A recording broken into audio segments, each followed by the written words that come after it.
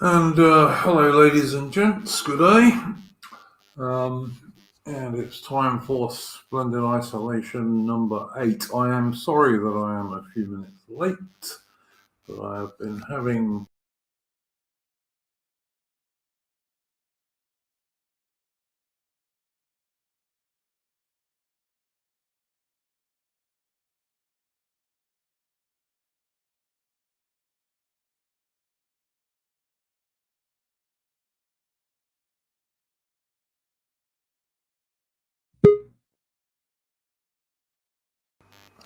And good day, Atman. I was just explaining. Sorry, I was a little bit late today, but I've been having some problems with my I'm having mic. trouble with my audio.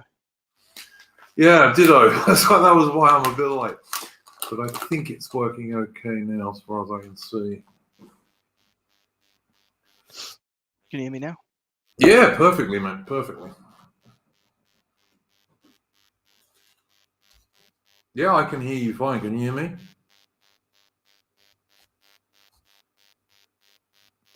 Hello?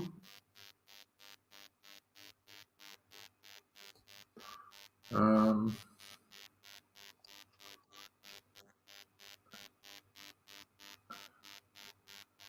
how are we going, folks? Just speaking to the chat. I'm sure Adam will be back in a sec. What are we going to talk about this week? Well, the two things that struck me is, first of all, hang on. How you going, mate? Is that working? Hello?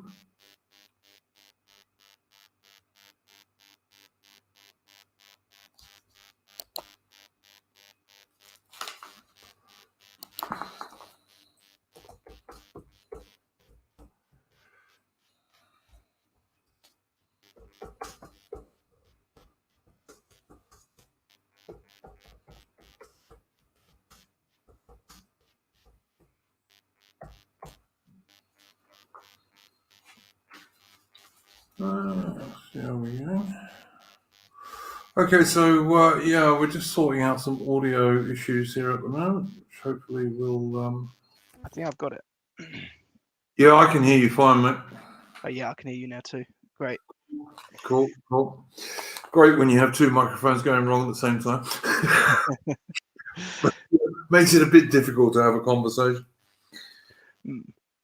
I was just saying the two things that I was certainly going to talk about this week was, one was the UK, where apparently they want to give people 10 years in prison for fibbing about where they went on holiday, which strikes me as somewhat, shall we say, Soviet Union style, you know, perhaps even over the top for the old Soviet Union. And the other thing is that, of course, where I am, Melbourne has just gone into its third lockdown for the dreaded China virus. Bloody hell. Yeah. Apparently, this one's going to be short, though. They're saying this one's only going to be 5 days. But then the last one was about 111 days. It was one of the longest ones anywhere in the world. So I'm not sure I entirely believe socialist dictator Dan in Victoria that this one's only going to be 5 days. But we'll see. Yeah, so like I noticed a few years ago that the politics in Australia is completely fucked. Is it still that way now? I'd say it's less fucked than the UK, if I was going to be really honest. I mean, I'd say that the Australian... Hang on, just let me add Sojo to the stream. Good evening, Sojo. Hello. How you going, mate? Not too bad. How's everybody? Yeah, pretty good. Ataman and I were both having issues with our microphones earlier, so the stream's started a little bit late. Okay. And we're just talking about the latest lockdown in Victoria, the third one. So what's happening there? We've just started a third lockdown in Victoria, thanks to socialist dictator Dan. And Adam was just asking me about Australian politics, so I was just explaining that I actually think they're a little bit less fucked, not much, but a little bit less fucked than the UK's. The Liberals and Nationals in Australia, who are kind of the mainstream right-wing party, are, in my opinion, a little bit better than the Conservatives in the UK. Not a huge amount, but a bit. But don't they keep switching prime ministers a lot? Oh yeah, we've gone through quite a few prime ministers, particularly because they tend to get backstabbed by their own parties. So both Labour and the Liberal Party. The Liberals are in Australia, just for people in the UK and elsewhere. The Liberals in Australia are actually the Conservative Party. Oh, Just to confuse everybody. So, the Liberal Party in Australia is the right-wing party, and the Labour Party obviously is the left-wing party. And the Liberals generally, when they form a government, they do so with the National Party, which is the other right-wing party, which tends to be more of a rural-based party than the Liberals. So when you hear an Australian say Liberals, they're usually talking about the right-wing party. so what was the because I never really followed Australian politics all that well. What was the story all those years ago with Tony Abbott? Because I thought when he got in, he was like a stayer. He was going to be someone who was going to serve. Well, like, he maybe got a couple stabbed. of terms. Yeah, he got stabbed in the back by people in his own party, basically. I saw nothing wrong with him, but he was relatively right wing for an Australian Liberal politician who, as I say, the Liberal Party in Australia is the right wing party. He was relatively right wing, and he got stabbed in the back by people in his own party, like ministers in his cabinet and so on, and that's why he got swapped out, basically. They thought he wasn't. He was actually from England, though, wasn't he? He was actually like a Londoner, if I remember rightly. I'm not sure about that, to be honest with you. I mean, his family. London. Yeah, his family could well have immigrated over here, as so many people did. So yeah, He's got a British passport, and he's now I think he's a trade commissioner or something like that for the UK. Yeah. So this is a guy that's got dual loyalties, but in this case, I don't mind. That's fine by me. Yeah, you'll understand that I think it's perfectly possible to have dual loyalties to Australia and UK. I think, generally speaking, our right, exactly. Interests run quite closely together. Yeah, just Anglo loyalties. Yeah, it is. That's right. It's just Anglo-Celtic stuff. I feel the same way about Canadians and most New Zealanders, although not the current New Zealand government, of course. Speaking about Australia. Have you guys got access to a vaccine yet, or you haven't got access to it yet? What's the story there? I believe so, but I haven't really followed vaccines. I've got no intention of taking vaccines. So I haven't really followed it, to be honest with you, Sojo, but I'm quite sure Australia is probably pretty much in the same sort of ballpark as UK and the US would be in terms of vaccines. Let's have a look. But like I say, I'm not going to take a vaccine, so I haven't really paid great attention to what's happening with them. My only interest in them is how much force they're going to use to make people take them. You see, here they've actually kind of been very softer than I kind of suspected. I'm a key worker, as they say, and I'm working with stuff actually coming into the country. And when our boss said to them, actually asked if we could get vaccinated because of our increased risk, they just said, no, you don't need it, which I thought was a kind of an odd response. But I'm fine with that. Yeah. I'm so far as I understand it, they want to give it to very elderly people first. Yeah, of course. They're the ones at risk. Yeah, and then they're saying they want to go down to people who are like 55 plus, that sort of thing.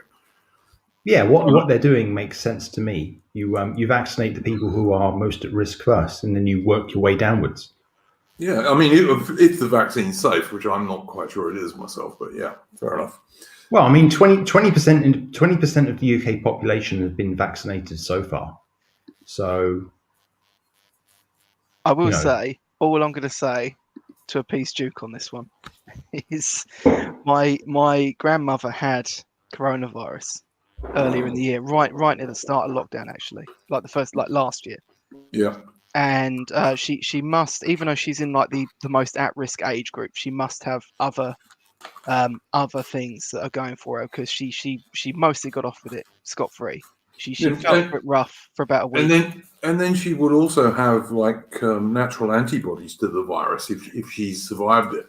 Yeah, so she went and got the vaccine last week, and they said to her, well, you might get some light flu-like symptoms, and she felt worse after having the vaccine than she did with the actual coronavirus. Yeah, sounds about right. Sounds about right. But she's never taken the flu vaccine very well either, so it must just be a weird sort of genetic thing. Well, all of my grandparents have been vaccinated, and even my dad was vaccinated on the 11th, and he didn't report any adverse symptoms afterwards. So, that's good news that I can report from my family. Is this the vaccine that is not really a vaccine and that actually like affects the RNA? Truth be told, I don't know which vaccine he was given. I could ask him. He might not even know.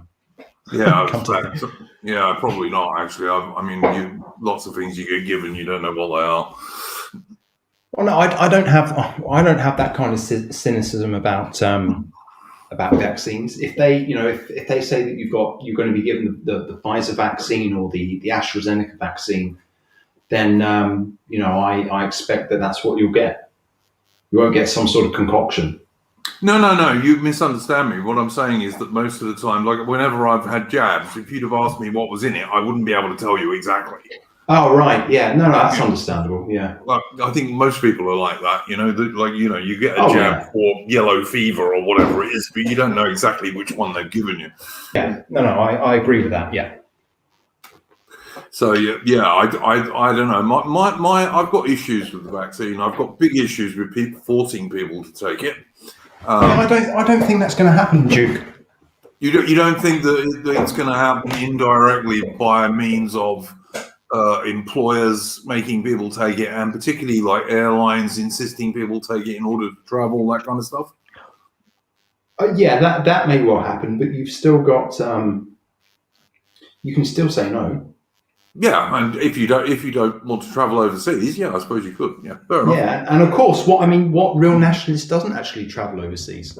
So, if you want to be a real nationalist, you never go abroad. So, oh, come on, that's ridiculous, man.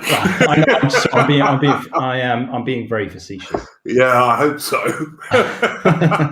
I mean, you're not a real nationalist if you don't holiday in the UK. Yeah, 2 weeks in Clacton, I'm sure that's a great time. Oh man, I've had some great holidays in UK. I must admit, I have. Oh, me too. I mean, I love going to the West Country. It's fantastic. Yeah, it's far northwest of Scotland, that kind of stuff. It's lovely. The only problem is it is very expensive. The fact that it's cheaper to get a flight to Cyprus or the Canary Islands rather than spending 2 weeks in Cornwall is that's why everybody goes abroad. Yeah, no, I agree, and also, of course, you've got a better chance of better weather, I suppose, because like British weather's not exactly reliable. Yeah. Sorry, when you carry on, man. I was just going to say my last holiday was in the UK. It was in Wales, which I suppose isn't proper Blighty. It's more like a colony, but yeah, it was still nice. but even that was pretty expensive. And I noticed afterwards that I could have gone hiking in northern Spain on the Santiago Way, and even spent 3 or 4 days in Madrid for the same price as what I stayed in a tent in Wales for. Yeah, absolutely. To some degree, it's the same in Australia. People here go to Bali because it's cheaper to go for a holiday in Bali than it is to go like somewhere else in Australia. Yeah. I mean, Bali's a very popular spot for Australians, isn't it? Yeah, it's extreme. Well, for certain Australians, but it's kind of like Aussie's equivalent of Ibiza for Brits. Yeah. And you get much the same sort of people going there, if you see what I mean. Right. So it's very much that kind of place. But again, you're right. I mean, it's the same as UK. Australia, relatively speaking, is quite expensive for holidays. like if you're in Australia, to travel like up to the top end somewhere, you're going to spend more money than simply going to Bali for a couple of weeks. But then if you're going to Bali, you're probably going for a couple of weeks to lie on the beach and get pissed every evening, and chase. And if you're a bloke, chase women, So I'll give you an example. So I actually had a holiday with my dad and his wife and my gran when she was alive, going back a couple of years. And we went to Lincoln. We just went to a holiday park, with the sort of the prefab homes, and it was on a lake. It was really nice, and the accommodation was really really lovely. But even that was something like £800 a week, just to have a holiday home. Yeah. I remember I went for a week to the Blue Mountains in New South Wales, and it was in the winter, and there was snow and all this kind of stuff, and we had this beautiful cottage with an open log fire and all this kind of stuff. I was with my girl at the time, and we spent, I don't know what it was, but probably about $1,500. So yeah, probably back then it would have been about the equivalent of say £700-800 for like, I think it was 6 days. So yeah, much more expensive than if we decided to go for a week in Bali or something like that. So yeah, absolutely, you're right. Like holidaying at home is more expensive, and it's more expensive in Australia as well, just the same as it is in the UK. In fact, when I get to speak to some more Canadians, I'll have to ask Canadians about that. See if it's the same there. I suspect it probably is. I think the great thing about the US and maybe not so much Canada is that, especially if I was an American, I probably wouldn't ever leave America, because there really is so much to see, so many completely divergent climates. You can have tropical in Florida, you can go California for good weather all year round, the Northeast for chilly weather, like Montana. You just deserts in Arizona. You just got everything, and there's more states that you could fit. You wouldn't be able to visit all states in a lifetime, really. Was it 51 states, 50 states? Yeah, it's quite a few. Yeah, I think that's true. The only thing the US doesn't really have is tropical, unless you count the US Virgin Islands, I suppose, or Hawaii. I suppose Hawaii is tropical. Well, you wouldn't count Florida as not being tropical. Florida is probably just subtropical, I guess. Oh, okay. Fair enough. Yeah. Like Australia's got tropical at the top end, but the trouble is with the tropical bits of Australia, you can't really swim in the ocean because there's too many sharks and crocodiles. So right. A bit of a disadvantage. But But there's loads of subtropical bits of Aussie that, like most of Queensland is subtropical. So, and lots of that is perfectly safe to go swimming and surfing and all that kind of stuff. So, yeah. But yeah, I've certainly had great holidays in the UK. I remember I had a holiday in the Summer Isles, which is like off the west coast of Scotland, and we got just this beautiful weather for like a week. It was like really, I don't think it fell below about 70 Fahrenheit, and it was like real like cold beer and ice cream weather. And we went out on boats, and the water was so clear you could always see the bottom, and you could see fish, and there were seals all over the place. It was a really great holiday, but we were very lucky with the weather. But you, I've never actually been to Scotland in the summer. But my nan, who is she was born in England, but both of her parents are Scottish. Yeah. And she said that whenever she went back up there to Aberdeen, where her parents came from, she said that in the summertime there were midges everywhere, and it sort of just ruined the experience. You do get midges, but I used to really love the far northwest of Scotland, up around Cape Wrath, which has got some of the highest cliffs in Europe, and right along the sea. And there wasn't that much in the way of midges up there, but it was also quite windy, which I think was keeping the midges away. But I don't remember them being particularly bad. Yeah, I had a good road trip. I flew to Edinburgh, I flew to Inverness, and then we drove to the Isle of Skye, and then we drove down to Edinburgh. That was good. There's a lot of great scenery on that route. Yeah, I love there's natural. loads of it. Yeah, Scotland is Yeah. great for scenery. It is. Oh yeah. Particularly in the Highlands. You also I like the Highlands because you get nice old hotels and inns and stuff up that way as well. Yeah. Yeah. And I like the Highland people up there are nice. You generally get these nice soft Highland accents and all this kind of stuff. Mm-hmm. It's certainly a very nice part of the world. Same with Wales. I mean, Wales is very, very pretty in places. And as I say, the bit of England I always liked the most really was Cornwall. I like Devon, but I like Cornwall even more because it's more coastal. Yeah. Yeah, I've spent a couple of summers in Salcombe. That was very nice. Although it really is off the beaten track. I remember the sat nav took me through some of the narrowest roads I've ever driven on. Yeah. I thought to myself, why am I going down this little lane? Like literally, it was scratching my car. It's just you're isolated. And then I got to, I think it's is it Kingstown near Salcombe? And when I got there, I thought, I could live here. But one thing that I do remember about going down there was that when we got there, I looked at the local population. I thought to myself, my God, these people all look the same. It's almost like they've never been anywhere in the UK whatsoever. They're like a completely isolated, like ethno group.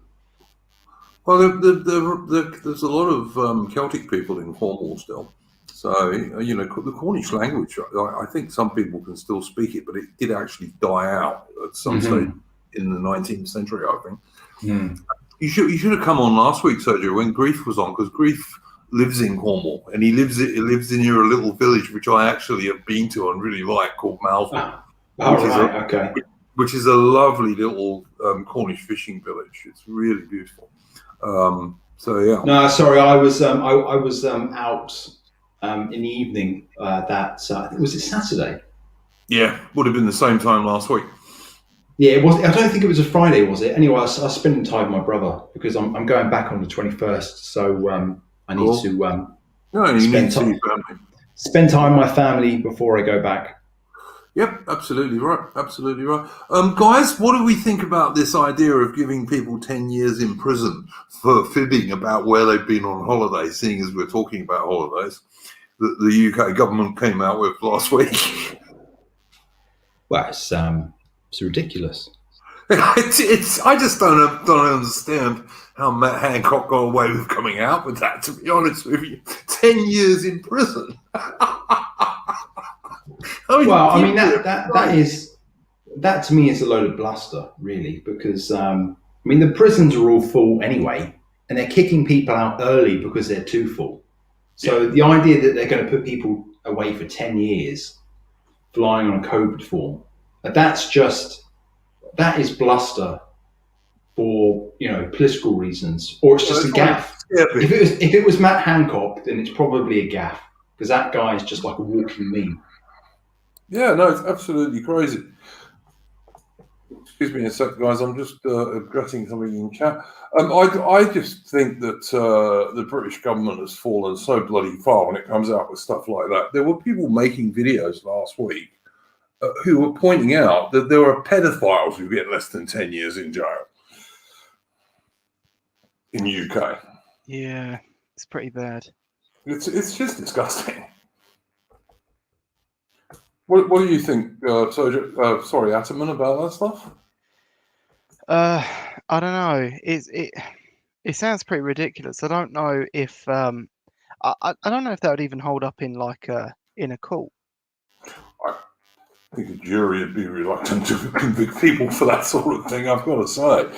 I hope they would anyway. I hope they would, although some of the things you hear about the British public at the moment and their belief in all sorts of rubbish that the government and the mainstream media are coming out with is a bit disturbing.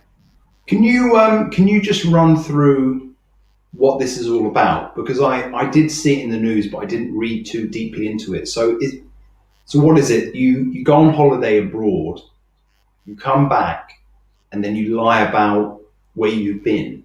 Yeah. Whether you've been to, they're dividing the world up into these different zones. Yeah, vaccinated zones and non-vaccinated, really. Yeah, that sort of thing. Adam, what you might have a better idea of what they were talking about than this, seeing as that you were watching it like live, so to speak, whereas I've only been seeing it secondhand. I've only heard of it mostly through secondhand. I did notice that everyone's against it. Even the Guardian was writing pieces saying about how it was out of line. Yeah, no, absolutely craziness. I just think the government's sinking to new lows all the time. And of course, the thing is that what they don't do is the guys who come across the channel illegally from war-torn France, you know, the poor refugees escaping the huge violence in France to get across the UK. Those guys are not locked up for 10 years, and presumably those guys quite often lie about where they've come from. Well, as far as I'm aware, the reason this can get you up to 10 years isn't because it's linked to people actually coming into the country. It's because he's sort of added it to the 1980 something Counterfeiting Act, Forgery and Counterfeiting Act, I think it's called. So that's why it carries this sentence, and why you know other. Although that's a funny thing as well, right? Labour are literally coming out against the Tories now for keeping the borders open.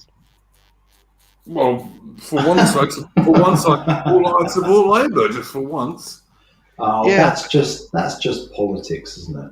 Yeah. It's just cynical trying to regain the red wall bullshit. But Yeah. it did kind of, because I thought like that's the one thing they would never cuck on, and they're doing it. Well, I know, like in New Zealand, they're actually saying that people won't be able to visit New Zealand for at least another year, really. I can believe that.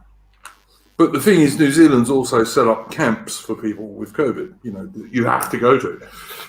So, Yeah, I mean, New Zealand have dealt with the virus very well. So from the very get-go, the border was closed. Only New Zealand nationals could go back, or residents. And then when you got back, you had to go into hotel quarantine. That's what we should have had to begin with. yeah, maybe, but I just don't think that, you know, the idea of complete. I suppose, yeah, shutting the borders might work, but I'm reluctant to say anything good about the socialist prime minister of New Zealand, to be honest with you. Well, I think you have to give credit where it's due.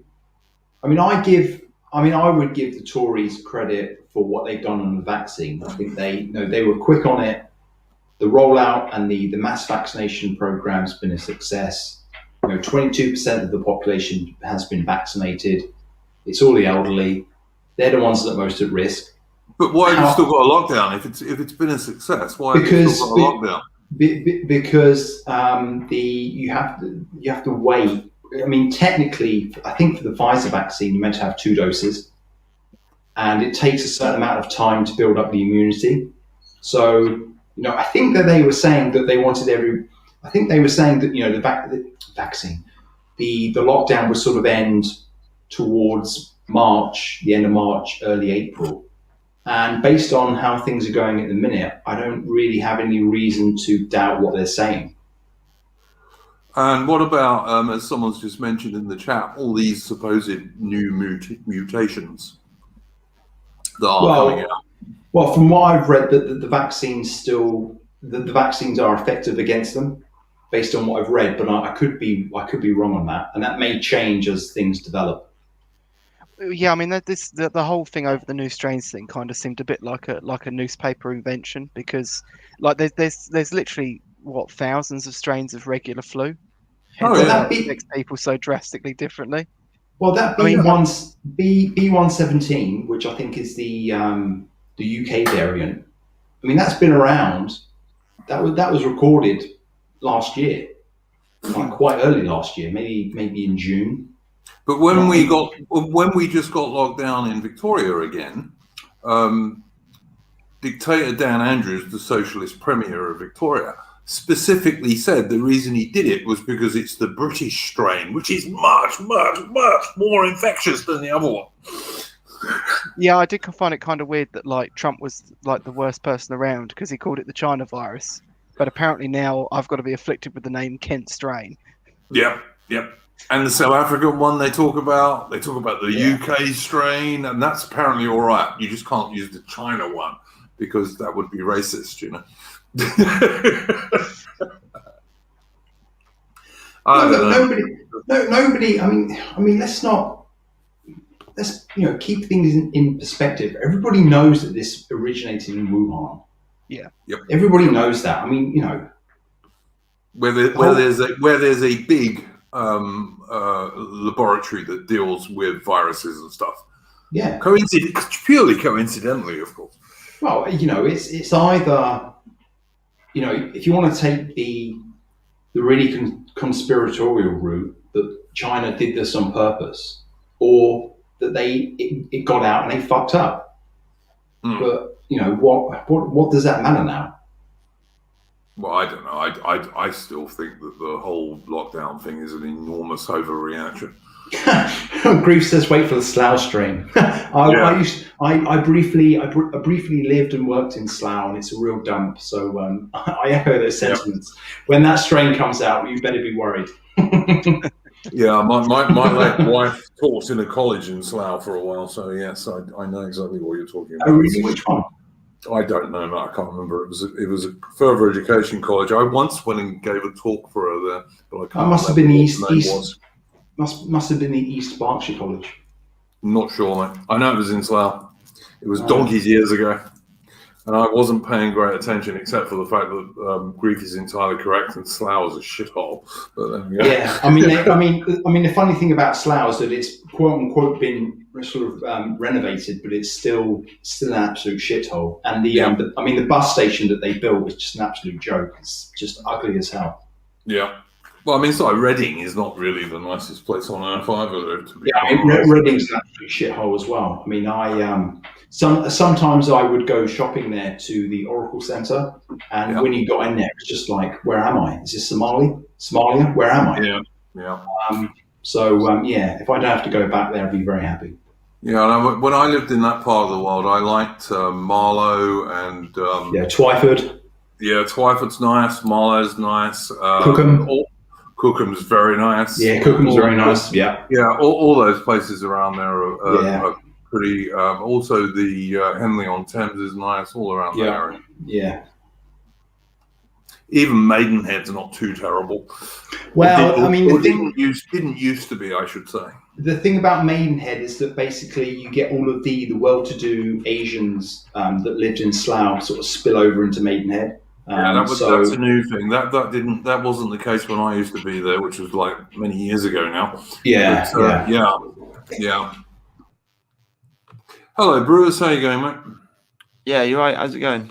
Yeah, not bad. We're just talking about the China virus, as we so often do. Yeah. What's the latest news? Oh, we were talking about the Matt Hancock threatening people with 10 years in prison for lying about where they went on holiday. You know? Oh, jeez. Yeah. This guy's such a dick. Yeah. Yeah, it's really getting a bit boring, isn't it? I mean, people, I don't follow the news, so I've really got no idea what's going on. I just talk to random people in shops and things, and they say, it's going to be over in March, but I don't know. I don't know if that's true or not. We just went into another lockdown in Victoria, Australia, and the excuse given by Dictator Dan, the Victorian Socialist Premier, was that the British strain is here and it's vastly more infectious than the original one. Right. I think it's somewhat of an exaggeration. Yeah, maybe. I don't know. I think it's probably an exaggeration myself, but there we go. Also, we shouldn't be offended because we do have basically the best genomics research in the world. So the fact that we're able to spot this stuff here, it could have come from anywhere, basically. And viruses mutate naturally anyway, and we're a densely populated country, which is a problem. But that's not. We shouldn't be offended by that.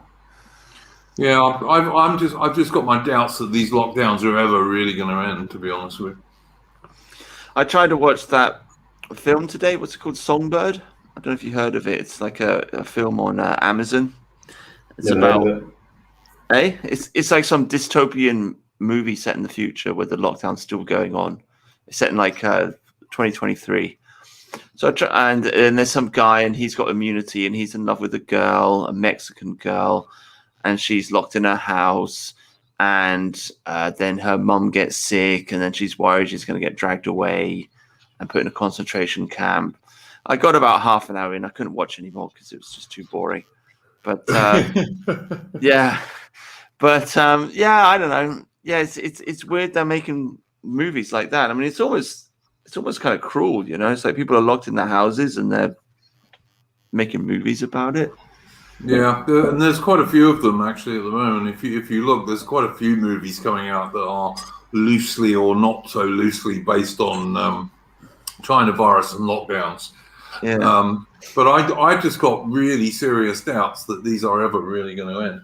The other thing that I thought we should possibly talk about is that it's being flagged in the press that Britain could have negative interest rates soon.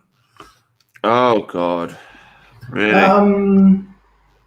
What's Bitcoin price at? I have to think about that. I mean, they have $48,000. Yeah. No. Oh, dollars. Yeah. Yeah, I'm still holding. High.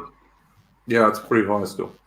But yeah, no, they're talking about negative interest rates, and of course that is combined with trying to get rid of cash, because really negative interest rates won't work unless you get rid of cash. Because people will take their money out of the bank. If there's if you're actually paying to have money in the bank, people will just withdraw it. So I don't. That's the worry. I don't think that there will be negative interest rates. I think that they will probably keep them where they are, because there's a big problem with banks. If you've got negative interest rates, it's very hard for the banks to make any profit because there's no spread to be made. No, I know you're right, but honestly, this was the British Treasury was flagging this. Well, technically speaking, the Bank of England is quote unquote independent of the government. Yeah, quote unquote. My expectation is that there won't be negative interest rates. I think they will stay at 0.1%. Well, we'll see. But I mean, obviously, will cash disappear? I mean, I have to admit, I don't really use cash much, because I just prefer to pay by card. But I wouldn't want to see it disappear.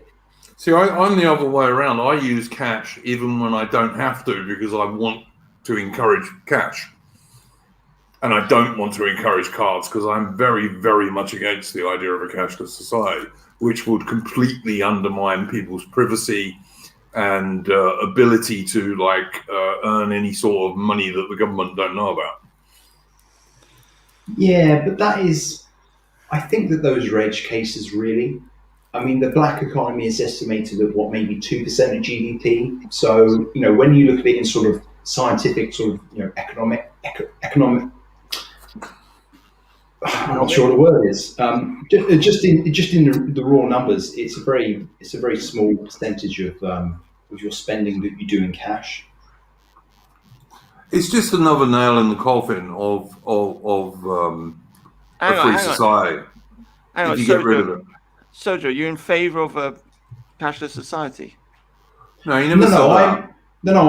I'm saying that my own personal preference is to use card, because I don't like holding cash on me. It's a pain in the ass, having loads of coins and then having to go to the bank to deposit all my 1p's or €1 cents into the bank. I can't be asked.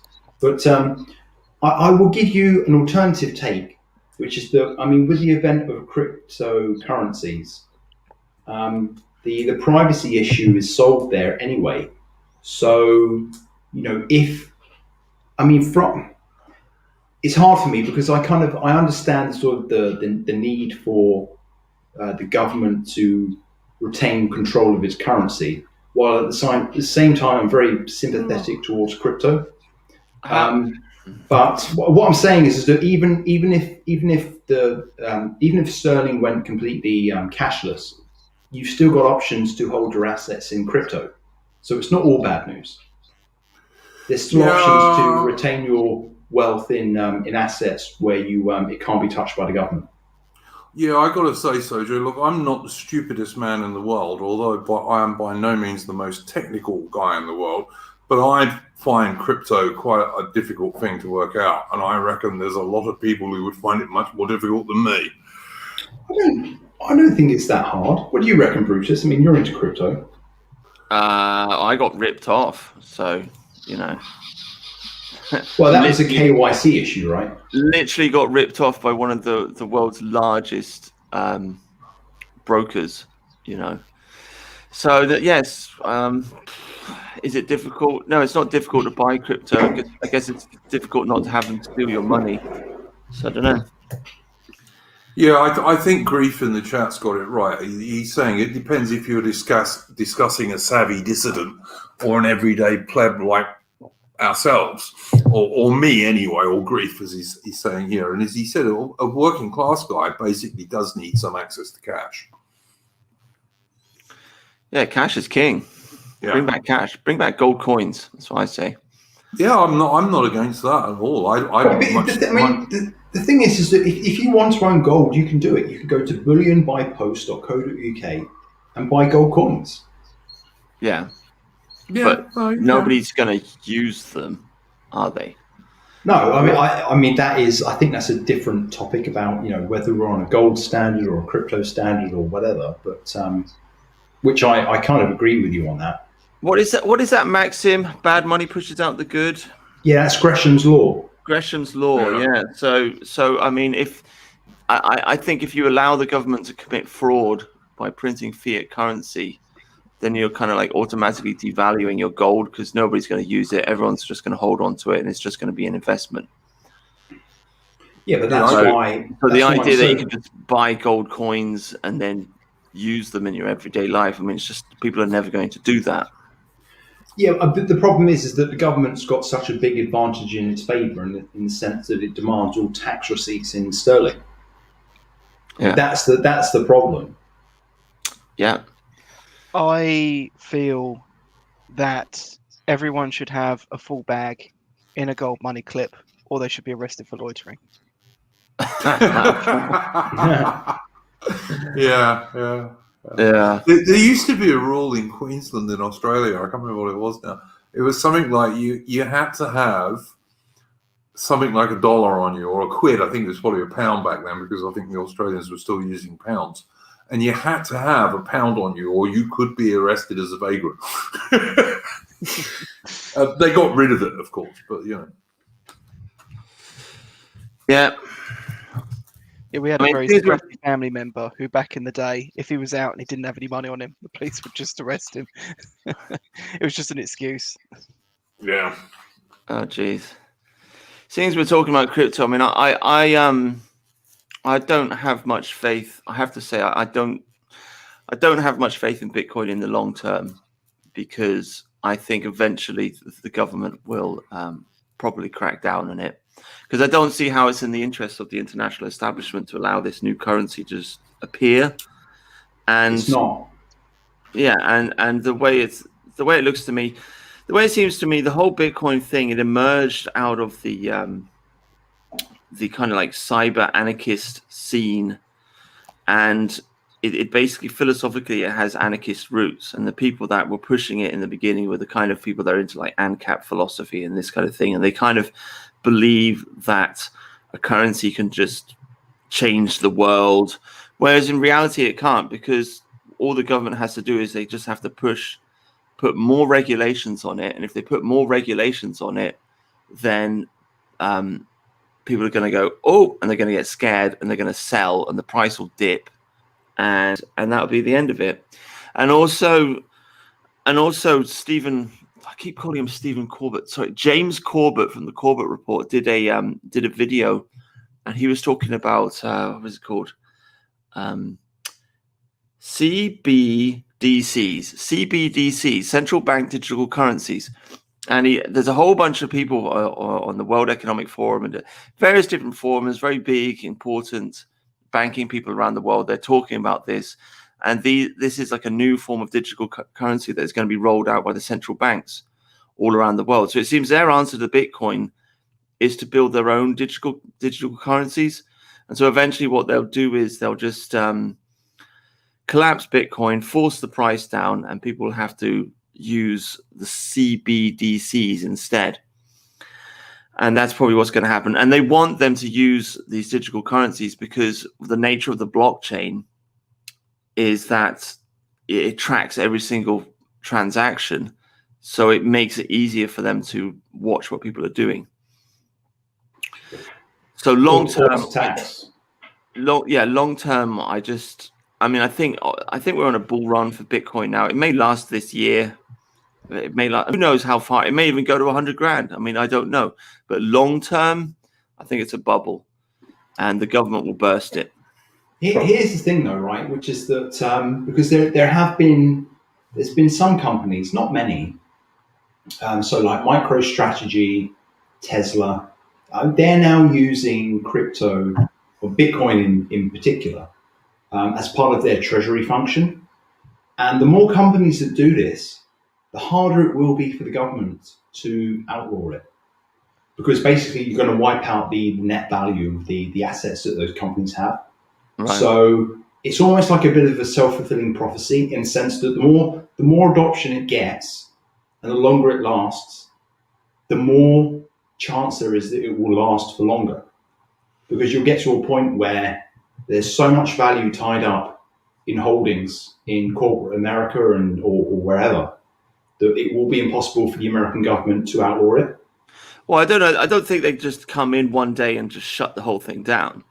But they could easily, put a regulation in, which is a little bit bad, and it kind of starts pushing the price down, and then people will complain about it, and it'll be in the news cycle, and there'll be this, and maybe they'll just keep that going for a year, and then the next year there'll be another regulation, and the next year another regulation, and they'll just in that way gradually push the thing down, and then get people to buy their own digital currencies instead. So it's not like 1 year they're going to be like ban Bitcoin and a bunch of millionaires and billionaires are screaming about it. No, they'll just in a very salami slice type way, just gradually dampen people's enthusiasm and down. But I don't think we're at that stage yet. But I don't see how it's in their interest for this thing to manifest. So there you go. Well, it's not. But I don't think it will. I don't think it's going to be big enough to displace the US dollar as a reserve currency, put it that way. But I'll not necessarily pushing back, but I'll give you an alternative hypothesis, which is that my view is the more regulation that there is, actually that means that there's more acceptance by the establishment for it and more legitimacy. So in a way, regulation is actually a good thing because all of the things associated with custody and insurance and all these kind of things, these are actually very important steps for mass-wide adoption. So there's a kind of double-edged sword with the regulation, because once it becomes regulated in a safe sense, then I think more people will be encouraged or won't be frightened about investing in it. Can I ask on the back of this as well? Sure. There's only a fixed amount of Bitcoin out there, isn't there? Like, aren't we within 2.5 million of the full quota? Don't know. I got a friend that's mining it, and he says he made 500 quid last year mining it. Nice. Yeah. But there's a fixed supply of Bitcoin, but with the block halving, what it means is that the actual rate of growth in Bitcoin decreases with every halving of the block. So we won't actually reach 21 million coins, which is the maximum theoretical distribution of Bitcoin by 2100. So although there may only be 5 million more coins to mine, it takes progressively longer to get to the final endpoint with each halving of the block. Right. Okay. So I was going to ask, what would that mean when you end up with a currency that is at its peak quantity, melding with a fiat currency that has no peak quantity? Well, the implication is that Bitcoin will always increase in value relative to all fiat currencies. Yeah. It's magic. I was just going to ask, guys, what do you guys think about Ethereum? I think it's bullshit. Yeah? Yeah, I just say that because I just saw some guy do a blog post about it, but it basically, he was just saying that they just put out so much wacky stuff. Like the whole thing's like a giant scam. Like these people are like, oh, Ethereum, it can do this, it can do that. And it's just a bunch of smoke and mirrors to get people to invest in it. The reason I ask is, as you guys know, I'm on Minds, and please join my Minds channel, by the way, guys. It's Iron Drink 99. I am on Minds. And they have Ethereum, but I'm damned if I can work out how to set it up. I was actually going to say that maybe Brutus and Sojo and Ataman, if you're into this stuff, maybe you should do a digital money for dummies stream sometime, which I will definitely watch. Yeah, I don't know. I mean, there's loads of videos out there explaining it. I mean, I don't really understand it either. I don't think anybody really understands it unless you read the white paper. I mean, you understand it by messing around with it. I don't really know. I don't have a wallet. I never figured out how to do that. Yeah, no, I can't figure out how to do that either. I tried and it just didn't work. I followed the instructions on Minds and it just didn't happen. So I don't know. And in the end, I got bored with messing around with it and thought, fuck this, I'm not going to do it. Yeah, it is kind of weird. But no, I don't see how the government's going to let it happen. And ultimately, I think gold's the real money. Well, governments are already cracking down on all of these digital currencies, as far as I can see, or they're starting to anyway. Yeah, and also this idea.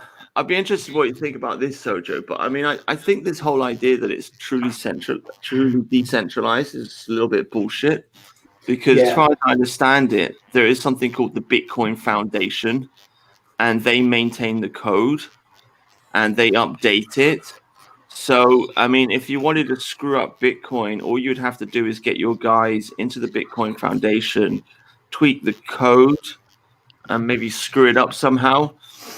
Yeah, but the thing about that is that it requires a majority of the network to install that software.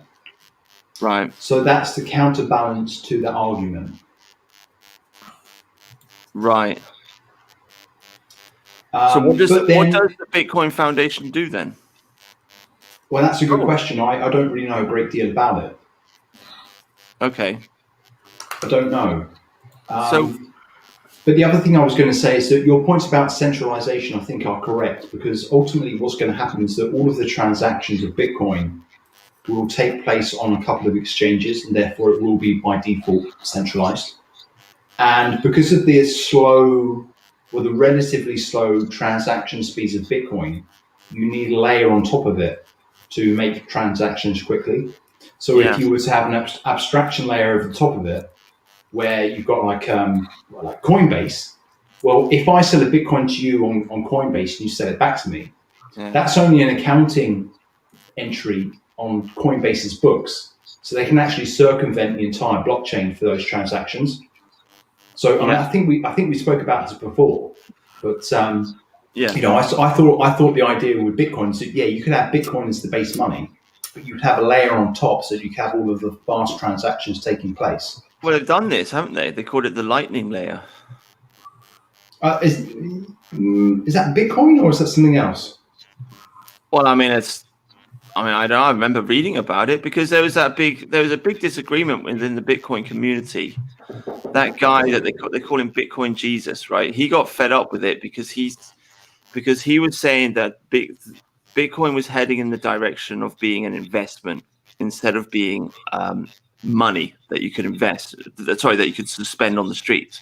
And he said the original goal of Bitcoin was always just to be a replacement for fiat currency. So he was fed up with the direction that it was heading in, and he forked Bitcoin and created something called Bitcoin Cash. Now, I think that was in 2017, Yeah. And that was originally successful for a while, but the price has just crashed now. Yeah. He probably lost a lot of money on that. But in reaction to that, yeah, here we go. It's 2017. It was a fork of Bitcoin. But in reaction to that, I think the Bitcoin community created something called the Lightning Network, which is like a layer. Oh, yeah, it's here. Here we go. SegWit controversially would later enable second layer solutions on Bitcoin, such as the Lightning Network. So there you go. The Lightning Network is a layer 2 payment protocol that operates on top of a blockchain-based cryptocurrency. It is intended to enable fast transactions among participating nodes and has been proposed as a solution to the Bitcoin scalability problem. So there you go. There is a Lightning Network. Right. Okay. I wasn't aware of that. But Yeah, certainly something like that would be required, because that is one of the problems. The transaction costs of Bitcoin are now too prohibitive. So it's like, $15 to send a Bitcoin. That's just too expensive. I mean, that's up there with doing a Swift payment. What do you mean it's $15 to send a Bitcoin? Well, because you have to pay a fee if you want to do a transaction. And if you don't pay a fee, the length of the duration for the settlement of your payment is much longer. Right. Yeah. Because there's just information. Yeah. Because if you think about it, every single node on the network has to confirm and update that your transaction is valid. So you have to pay for that processing time. Yep. Yeah, that's the thing. Yeah. So there's all sorts of problems baked into the cake on these cryptocurrencies in terms of actually using it. Yeah. I don't think that Bitcoin will be a currency, but it will be an asset, much in a way that it will be like gold. That's my view. Maybe. I mean, the thing is, as an asset, it's easier to store than gold, which is the advantage. Might not hold its value as well, though. Might not hold its value as well. No. I mean, Bitcoin can go down as well as up, and sometimes it does. Yeah. Yeah, but currencies do that. Yeah, but gold doesn't tend to. Well, the thing is not by much anyway. No. Well, yeah. So the volatility of Bitcoin is much higher than gold, for certain. Yeah. But that's what I meant. you would expect that the bigger that the market cap of Bitcoin gets, that the volatility would drop. I guess that depends how many people are going to sell and buy it. The more people trade it, the more volatile it's going to be. No, it's going to be the inverse. The more that people trade it, the less volatile that it will be. Yeah. What? So even if people are selling it, you think? Yeah. Okay. Look, I do not claim to be any sort of economics expert, so I will certainly take you guys' word for that. I just think there's a lot of FOMO. I mean, it's the great FOMO of our age, isn't it? Everybody wishes they brought Bitcoin back in 2011, 2010, Yeah. Everybody. Oh, God. Oh, I could be a millionaire now. So, I mean, people are piling money into it because they have that feeling in their gut. Yeah, but the other thing as well is that so far, it is still tracking the stock to flow model. So as long as it still continues to track the stock to flow model, I will keep holding it. If that model breaks down, then I will get rid of it. Yeah, hodl. No, absolutely. I mean, I'm just saying from a psychological point of view, I think that's one reason why people are piling money into it. Oh, definitely. My recommendation for anybody listening would be buy Bitcoin, put some money in it. I don't know, £1,000 or whatever you can afford. Don't put too much money in it. But just put something in it, just so you don't have that gnawing sensation inside that you're missing out. You know what I mean? So there you go. I mean, I've got $1,000 in it, and that's it, and that just kind of keeps me happy. I still think gold is safer. Yeah, but are you not feeling the FOMO, Duke? No, not greatly. As I say, I've never really closely followed the whole digital currency stuff. Don't you wish that you bought Bitcoin back in 2011? I don't think I'd heard of Bitcoin in 2011, to be honest with you, Bruce. If I was really honest about it, I don't think the name had ever entered my head. I knew even less about economics in 2011 than I do now. Yeah. Like these days, like I watch Academic Agent and I watch Radical Liberations stuff, which is mostly about economics.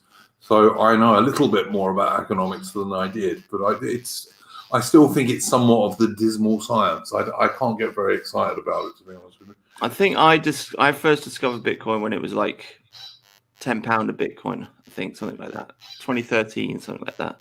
Yeah. Okay. Well, if I'd have been in that position, then I probably would be feeling a bit like, oh fuck me, I should have bought it. Yeah. Yeah. Well, I mean, don't talk about FOMO with me, because at one point I had 600 coins. Oh! Oof! Oof! Oof! Oof! Oof! Oh no! Really? Sojo. Oh, mate. So You should be living. You should be living on a Caribbean island, mate. that hurts. Oh, buddy. So I heard about it. So I can't remember the year, but I was having lunch with a work colleague, and he told me about Silk Road. And it wasn't Silk Road that I was interested in. It was the fact that there was a digital currency. Yeah. So I bought some, and then I think I might have made a £7,000 return on what I owned. And as a young man, I thought that was a lot of money. Little did I know that it was going to go to £37,000. But I have to say that I pretty much bought at the bottom at the COVID crisis, and I've still got it. So I've made a nice return on that. So I'm not too not too fussed. But if I would rather have 600 coins now than what I've got at the moment. Put it that way. Yeah. Adam, what have you got to say about this stuff, if anything? Oh well, I mean, I do have my sort of regret story. Back in, I think it was spring in 2010, someone offered me £18 worth of coins, which I think at the time was about 300 coins. Oh, and at the time, I'd only just started really getting into investment stuff, and I was reading through. I think it was a random walk down Wall Street, and I was a bit traddy on the whole investment stuff, and I was like, nah, fuck it, that ain't going anywhere. Fucking stuck it up your ass. But then the thing is, I know someone that did actually buy. I know someone at the time who bought about £50 worth of Bitcoins, and he sold them. I think he sold most of them about 3 years ago, and he is very wealthy from it. And he said, because we used to work together and we worked on nights. And he said that he basically said, he just said I never slept. He said I was just so terrified that the value of them was just going to go through the floor at any second. Yeah, that would be the difficulty, wouldn't it? Be you'd have to judge it very nicely. Yeah. So he said when it hit like a certain, he held on for a bit longer, and when it hit like a reasonable peak, he sold them all. And he said after that, it's just anything after that's just water under a bridge. He said people just come up to me and go, oh, they're worth this much now. And he's like, I don't care. Does he still work nights? No. I'm pretty sure he moved out to Australia, actually. Did he say he was a millionaire? I thought you told the story before. He was. No. Yeah, I think he is basically a millionaire. But no, I know another guy as well that won the lottery who I worked with too. Oh, right. Okay. Yeah, I mean, if you made a bunch of money out of it and you can like buy a house or something, then it's like, I think I'd be happy with that. Yeah. Who wouldn't? Yeah. But God, yeah, everyone regrets it. The So, great regret of our age. Okay, so let's segue at this point, because we can't go on about dismal science all evening, or we won't get any viewers at all. What's your big deal this week, Brutus? What's one of the things you think that we should be talking about this week? News-wise, I don't know. Not necessarily news. Just something you think is worth talking about just now. Oh God, I don't know. I'm reading AI Superpowers by Kai-Fu Lee. Is that good? Yeah, it's in that documentary you told me to watch. Oh, is it? Okay, fair. Oh, yeah, no, I do. Yes, I do remember now. Yeah, I do. It's the Chinese guy. Yeah. Yeah, it's Chinese dude. His name's Kai-Fu Lee. He wrote a book in 2018. It's called AI Superpowers and the New World Order. I think he was born in Taiwan, and he worked for Google. He worked for Apple. He worked for Microsoft in executive positions. Now he's like a big investor in China. and he's just I'm like I think I'm 100 pages in. It's quite a short book. It's 250 pages. I'll probably finish it this weekend. Quite well written, quite enjoyable. But he's talking about China emerging as the great new AI superpower, basically, and just telling the story of it. And he's telling the story of how I don't know if I can remember this guy's name off the top of my head. Jeffrey. Let me look it up. Jeffrey. It's not Clinton. It's Hinton. Jeffrey Hinton, I think, is a Canadian computer scientist, and he cracked the code for artificial intelligence. So basically, there were two schools of thought in regard to artificial intelligence. And I can only explain this very vaguely because I don't properly understand it. But there was one school of thought which was very traditional and which approached the thing as if it's kind of like ordinary computing. And that school of thought has been the dominant school of thought. That's the school of thought that built what's it called? Deep Blue, I think, the chess program that beat Kasparov back in 1997. And then there's always been an alternative school of thought which figured what we need to do is, instead of approaching this in an ordinary way, we need to create artificial intelligence as if we're creating an alternative kind of mind. So you create a computer which kind of operates like a human brain with the same kind of neural networks, and you just put data in there and allow the computer to figure the thing out itself, kind of thing, and the less human interference, the better. And so this, ultimately, in the end, this alternative method of doing artificial intelligence became successful. And this guy, I think his name's Jeffrey Hinton, old dude, like 70 years old now, but this story kind of broke back in like 2010 or something like that. He won a big computing competition. They have huge competitions all the time, some kind of visual competition. But this is like fundamentally changed artificial intelligence just in the last decade. And then from that breakthrough, they created a program which could play Go, and they beat a famous Go player. I think it was Korean, and I think that was in 2014. Massive competition, because Go's a lot harder than chess, so they needed like artificial intelligence to do it, and they beat him. And this is a huge breakthrough. And the guy describes it in China. He said it was like our Sputnik moment, because the Russians, they put Sputnik up, and then in reaction to that, the Americans, they got into the space program. So for the Chinese, this was like their Sputnik moment. This is like huge news for them. So the Chinese just totally jumped on board with artificial intelligence. They've been piling huge amounts of cash into it and developing it. And there's just a massive AI boom going on in China at the moment. And this guy thinks that China's going to lead the way in AI as we move forward. So, and he's talking about that. So there you go. There's a brief synopsis of the book, but it's very interesting. I'll be honest, I think AI stuff's always a bit overrated. Right. Why?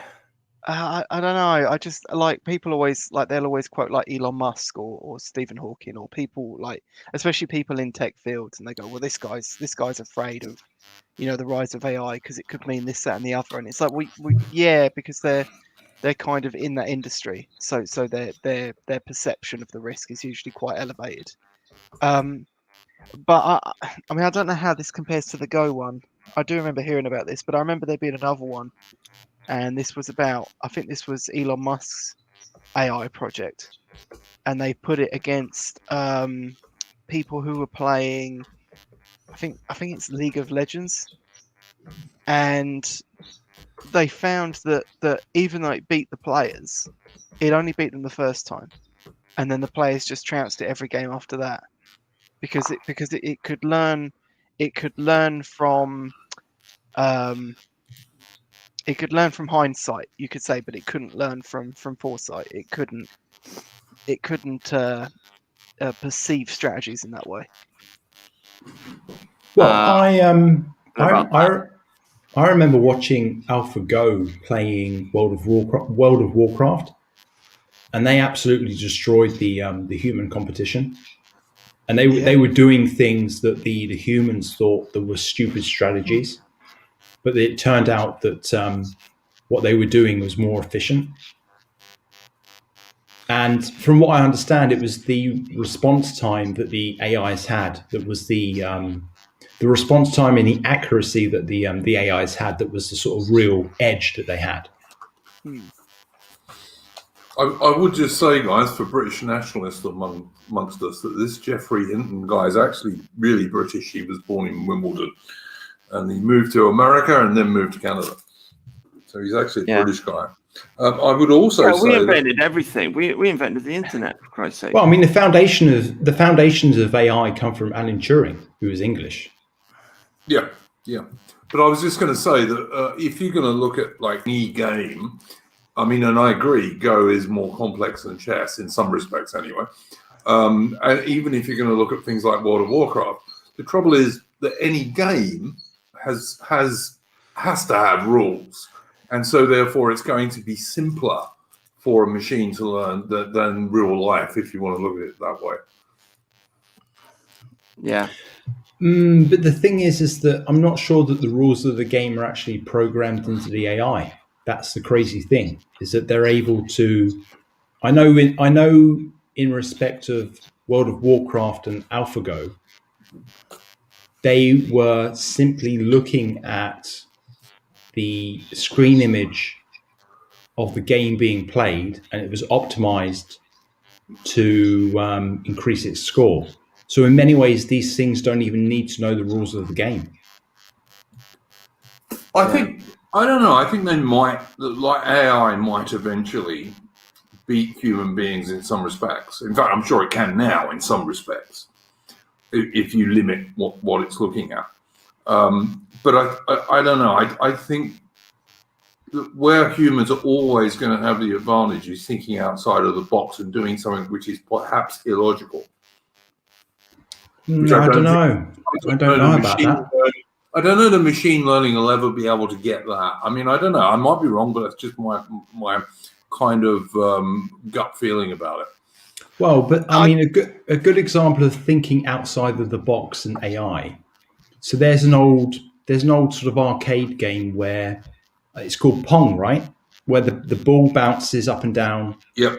And you've got to destroy the blocks that float above you. And the AI was able to recognize that there's a certain angle at which, when you hit the ball, it would bounce up and down in one move and knock out every single block.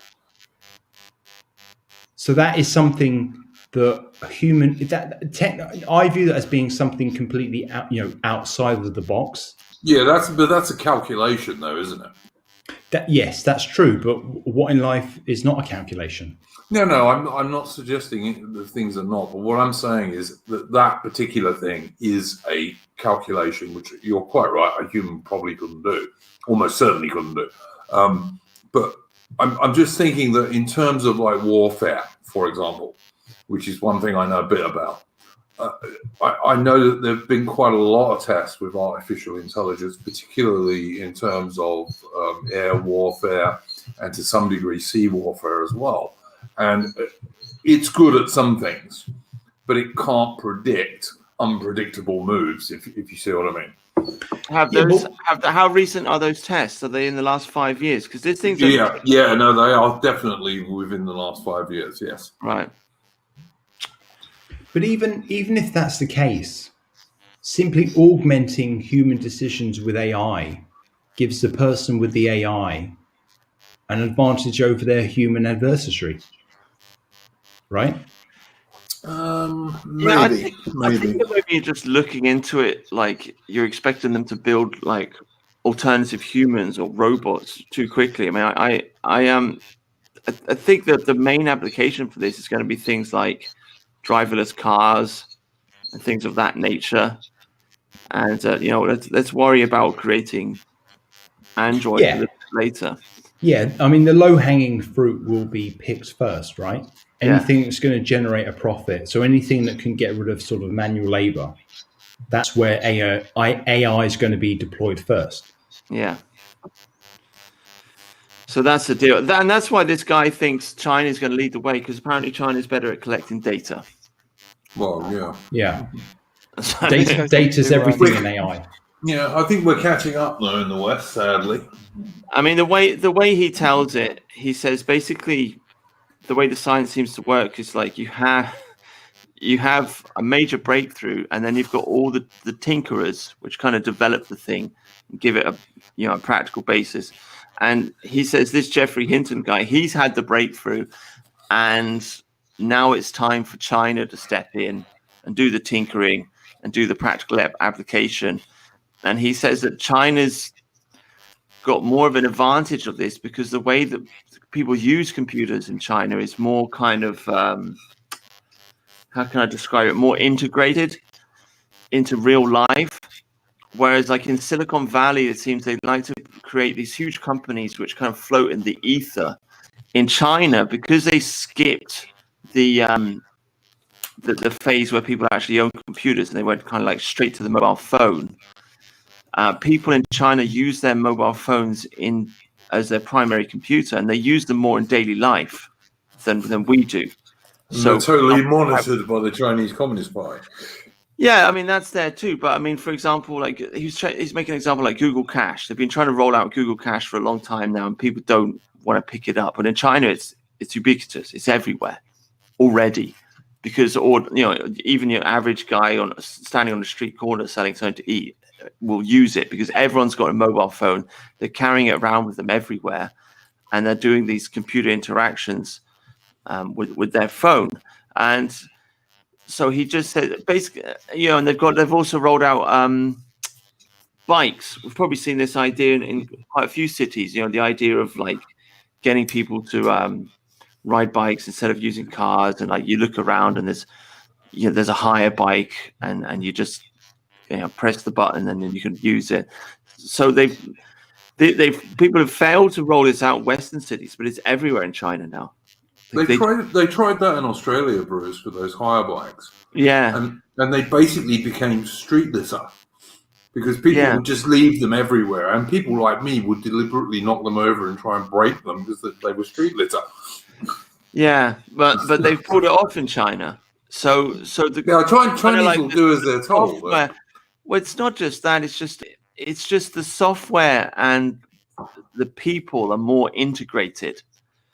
Whereas like Google's kind of like floating in the ether.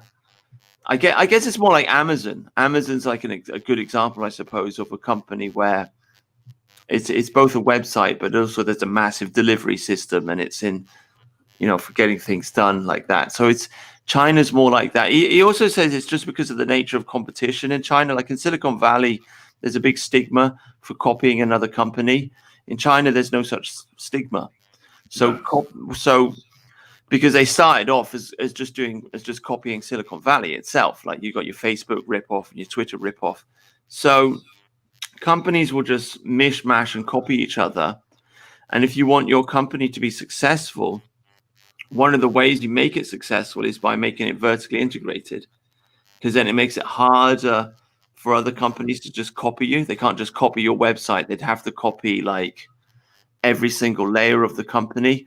And obviously there's a lot of poor people in China. So they've managed to integrate all these poor masses of people into, just the guys that run around and deliver stuff and do like little odd jobs, at the lower rungs of the economy.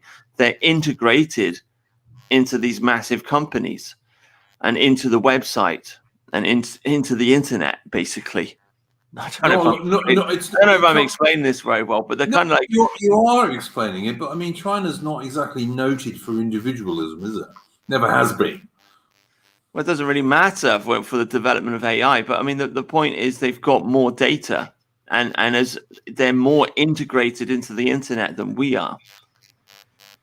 That's the point. And so he's saying they've got all the data, so they're going to develop AI a lot faster.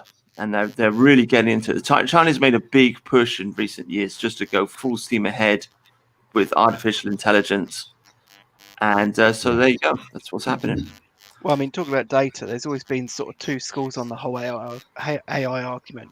You had like Max Tegmark, and like a more optimistic view, and then you've got your sort of Yuval Noah Harari, who I don't really like anyway. But he's like the big risk with AI is that you'll have, you know, computer systems in places like China where they'll be able to analyze the weaknesses of foreign politicians and attack them and lobby them in all sorts of new ways.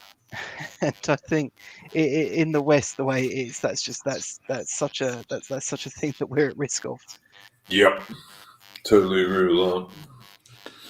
Yeah, I'm reminded of a sort of State of the Union speech that President Xi gave, and he had on his desk he had a book about AI, and gave a speech about AI. And then you've got Biden and Boris talking about transgender bullshit. So they know where the bread is buttered, and we don't. So we're going to fall behind these guys and become second-rate powers. That's just that's the trajectory of the way that we're going. Yeah. Yep. Like, there were rumors, I don't think they're true, but there were rumors that they were like going to try and poach young European talent to go over to China. I don't really believe that, to be honest with you. They're developing their own talent. I mean, it's the thing about the Chinese. It's like there's a lot of people, like you go on 4chan, people are just like laughing at the Chinese because they post all these accidents from factories and things like that. But you got to remember, they're essentially the same breed of people as the Japanese, and nobody laughs at the Japanese. And we all know that they've built a very highly sophisticated, high-tech civilization. So what's to stop the Chinese from doing that? I don't know. Nothing. They've got the IQ and the work ethic. Yeah, that we don't have, basically. Yeah, I mean, everyone knows Hong Kong is very rich and successful. Mm-hmm. So what's to stop the rest of China just becoming like Hong Kong? Well, nothing really. Nothing. So yeah, don't underestimate the Ching Chongs. Yeah, I don't think you should underestimate them, but I also think that you've got to look at the history of China going back through the ages, and it's not a place of great originality.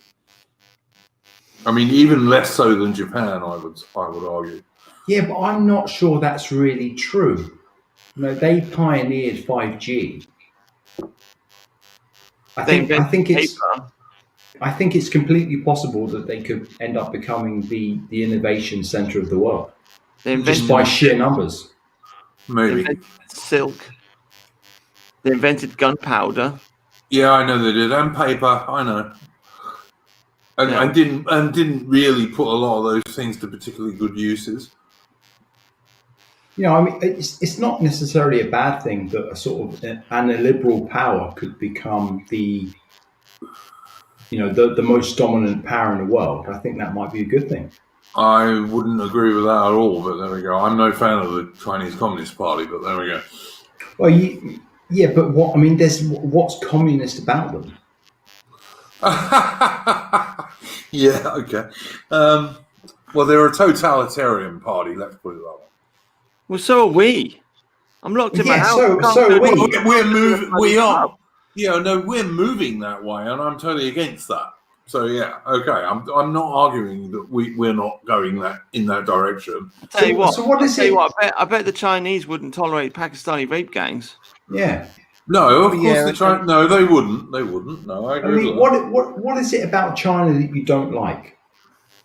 Apart from the fact that they're inherently anti-British. Well, yeah, but what makes you say that? And anti-Australian. Yeah, that's a point. Yeah, they're anti-British, anti-Australian, anti-Canadian. Yeah, but elaborate on that. What do you mean by that? Justify that point of view. All right, they are against the interests of Australia, Britain, and Canada, for example. Yeah, but I mean, every nation state is against every other nation state, fundamentally. Well, no, I wouldn't. I think that's too simplistic. But the Chinese are certainly against Britain as a nation, Australia as a nation, and Canada as a nation. They're against New Zealand, but the socialist New Zealand Prime Minister is like trying to basically a brown noser way into their good books. But why would they specifically care about us? We're 60 million people on the other side of the world. They're 1.4 billion. Why do they care? They don't fucking care. They've got dozens of countries to be concerned about. Yeah, and they're taking over more all the time. And if it was not for America and her allies, they'd take over even more. And I don't know about you, but I actually don't want to be run by Chinese people any more than I want to be run by Pakistanis or Africans. Yeah, but by the same token, I don't want to be run by the Americans. We're not run. Well, I we would are not run by the say. Americans. No, don't pull that fucking stunt. No, I don't agree with that. So, Joe, I think we have a great deal of influence from America. Bullshit. Britain, bullshit. Well, there you go. You can say that. Listen, you can have your view. I don't have to agree with it. I think Britain is very heavily influenced by America. I think it's probably too heavily influenced by America. But on the other hand, American and British interests are more commonly aligned than not aligned. Yeah, at least when America has a right-wing government. I don't think that's the case at the moment. Yeah, no, I agree with that. But what I'm saying is that if China was going to make investments in the UK, do you think that No, I'd be against that totally. Yeah, but hang on a minute. If China was going to make investments in the UK, what kind of point of view would they take? They're not going to view it as in a sense of sort of like cultural imperialism with LGBT flags and fucking dildos. They're going to be we just want to make money. And anything that threatens like flooding the country with people who are not productive, is a threat to that interest. Yeah, all right. I can see what you're saying, and I don't disagree with you to some degree. But also what China would do is what they were trying to do with Huawei or whatever they're called, which was actually to try and steal British military secrets, etc. Yeah, but how's that any different from Google? Google are collecting data on every UK citizen every single day of the week. Yeah, I don't disagree with that, but they're not after British military secrets, which Huawei actually were. Yeah, I'm sure the Americans are as well, but they probably don't have to because we will just readily give them up. Some, not all. But yeah, I'd also point out as well that at least the social credit system in China, for example, actually does push towards developing the society in a positive direction. Yeah, as any that's form of right. social Well, system you have in the UK does the opposite. Well, yeah, okay. I'm not going to totally disagree with you, but also it's also designed to push people in a pro-Chinese Communist Party direction as well, which is a different matter. Yeah, but again, like, what is communist about the Communist Chinese Party? It's communist in name only. All right. It's a totalitarian regime, basically. Yeah, but as Brutus said, we live in a totalitarian regime anyway. Well, no, we're moving towards one, would be more accurate, I think. I don't think you could quite say it's totalitarian now. It's moving towards that direction. Okay, here's a question for you. Okay. Would you rather live in a totalitarian regime that was run well, or a regime that was sort of open and free, but run like an absolute shit show? Depends whether it was British or not. Well, okay. Or Australian in the case of Australia. That's what it would depend on. Okay, well, I'm just going to come out and say that I think that the CCP is probably less of a threat to us than the Americans at the minute, because they're just spreading this fucking LGBT dildo in the hand ideology all over the West, and they're trying to spread it all over the globe. And I think that the Chinese wouldn't push that. They would probably be sort of mercantilist. It's all about money. And I would prefer that, I think, to what we've got in the minute. Well, I am no fan of the current American government, none at all.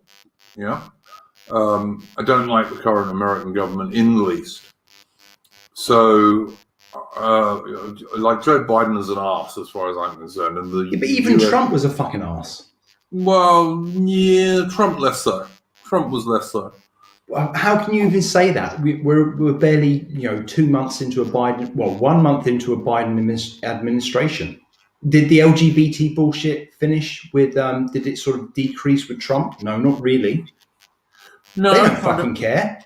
No, Trump didn't do enough. I quite agree. Don't get me wrong. I was never a huge Trump fan, and I always said that Trump was basically a 1990s Democrat, really. And far too many people put far too much faith in Trump. But Biden is just an abomination, and the whole U.S. Democrat Party just total abomination. So yeah, I'm not saying America's great at all, but if you're going to ask me, do I want a totalitarian regime or some sort of globo homo regime? I don't want either unless they're British. Yeah, but I think it's probably in our own interest that there's a multipolar world, in the sense that it's not just America dominating, but you've got America and China vying for supremacy. Well, I might or might not agree with you when the war with China starts, but we'll wait and see. Yeah, but again, from my own personal point of view, like when it comes to Taiwan, I just couldn't give a shit. Yeah, I mean, the fact that we've got I disagree with you on that one, because I think if the West allows Taiwan to be taken, then everyone else in that region, up to and including Australia, is in deep doo-doo. Yeah, but I've been really deep doo-doo. I've been thinking about that, and my point of view was, well, who gives a shit? Why do I care? I mean, obviously there's a problem with sort of the industrial sovereignty problem that we've got, in the sense that we've got so much production in that region of the world. But we should bring that back to Europe. We should bring that back to America. That's what we should be doing. Yeah, but what would you say about Australia, for example? Yeah, but again, I mean, having looked at the maps, it's 4,000 kilometers. Yeah, it's not that far, mate. Honestly, it's not. Not that in modern terms. China doesn't have a history of really sort of going beyond its borders. Well, yeah, but I mean, China doesn't have a history of having a big navy either. No, it doesn't. But they're getting one now. I don't know. China didn't have bases in Africa, but they do now. Yeah, but the thing is that the UK is a small country relative to the United States and China. Yeah. So we're always going to be second dog. So what we have to do as a country is play both sides to get the best outcome that we can get. Yeah, but you see, I'm looking at this not so much as if this was like a chessboard with like no past history and all the rest of it on it. I'm looking at this in terms of the real world. And in terms of the real world, if the Chinese Communist Party decides to invade Taiwan, which I believe they will sooner or later, America, Australia, Japan, and the UK are going to be the main countries that end up fighting them. Yeah, this is just the way things are going to be. If there was no history and all the rest of it, maybe that wouldn't be the case. But I think that's what's going to happen. And there are other nations like South Korea and India, even as someone just mentioned in the chat, who could actually come in on the Allied side on that, because for their own reasons they don't like China either, and even Vietnam perhaps. Yeah, but I think that this is kind of missing the point. That I think that I get the impression, I really do think that China would be a less corrosive influence on our country than the Americans are at the minute. Maybe. I mean, China's not going to be pushing for Pakistanis to be migrating to our country en masse in the same way that the Americans are. I don't think the Americans really do push for Pakistanis to be migrating. Oh, come on. No, I think that's a UK only deal, mate. I really do. All of this ideology emanates from the United States. Yeah, a lot of the globo homo stuff does emanate from America, but I believe the mass immigration stuff has only a very, very limited amount of stuff from America in terms of what the British government does. Right. Yeah, mass immigration only has a big effect because we're sort of broken down and deracinated by sort of globo homo ideology. Yeah, no, I don't disagree with that. And that comes from America. Yeah, no, I don't disagree with that. Although there's plenty of homegrown British Glovo Homo LGBTQ crap. Okay, but yeah, no, I agree with you that there is bad stuff comes out of America. Black Lives Matter, Antifa, and all that shit, for certain, is absolutely American, and it makes its way over to the UK. But I think that the real problem with mass global immigration in the UK, which has been going on for a long time now, certainly since the 1980s, like in terms of like really big numbers, that's homegrown British stuff. That's done by British governments, and it's not done because the Americans push it. No, that's but it's an indirect. It's hard to. Basically, I think you have to look at the West as one entity, right? But because America is the cultural hegemon, as it were, and it is, most of this ideology comes from there, and that, I think that's the problem. I'm just playing devil's advocate. It's my view that the Chinese would have more of a sort of mercantilist, moneyed point of view, and they'd look at this migration and think, well, why do you want Pakistanis? They're fucking no good. They're not intelligent. They're not productive. This doesn't sort of create stability. But unless the Chinese actually controlled the British government in a way that the Americans certainly don't, they wouldn't be able to stop the British government importing people, would they? They would cause a cultural shift, though, wouldn't they? If we're living in China's. So I don't know why we're all ganging up on Duke. It's a bit mean, but anyway. Well, no, we're not. I'm not ganging up on him. It's not. I'm like perfectly happy for any number of you to gang up on me if you like. I'm not going to change my opinion about this. I just think that if the Brits were going to stop mass immigration because of China would actually have to run the damn country totally. I think the idea the Americans do. They might cause like a cultural shift, though, because right now, culturally, America dominates the world. We all live in the shadow of Hollywood, and so you have all these weird cultural Marxist ideas getting shoved down everybody's throat. If China becomes the dominant world superpower, then we're going to be living culturally under the shadow of China, and China's objective, as Sojo says, is to make money, right? They're not interested. They don't have some egalitarian utopian dream. They've already had their communist phase, and they're reverting back to norm now. And the normal Chinese history is just let's make money, So I think it would, be. They're not going to be pushing the same kind of LGBTQ nonsense, and they won't be pushing for more Pakistanis, and they won't be pushing for, oh, I feel sorry for black people. They'll just be like, no, black people are dumb. They're low IQ, and so I think it.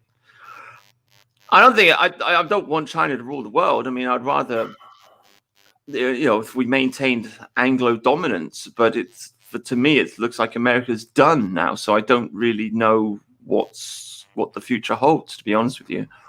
Yeah, I mean, here's the thing, right? Is if Anglo dominance means LGBT and dildos, I don't want any part of it. If it was a strong, muscular Christianity, or a sort of even pagan kind of worldview, I wouldn't mind. But that's not the way it is. But isn't that what we're fighting for? Isn't that exactly what we're fighting for? Is to try and change this? We have to recognise that 50 to 60% of our people, maybe even more, maybe 70% of people, are just fucking liberal cucks. That's what they are. I think that's an exaggeration. So I don't think it is. I think that most Tory voters have these kind of liberal views. I think you're exaggerating.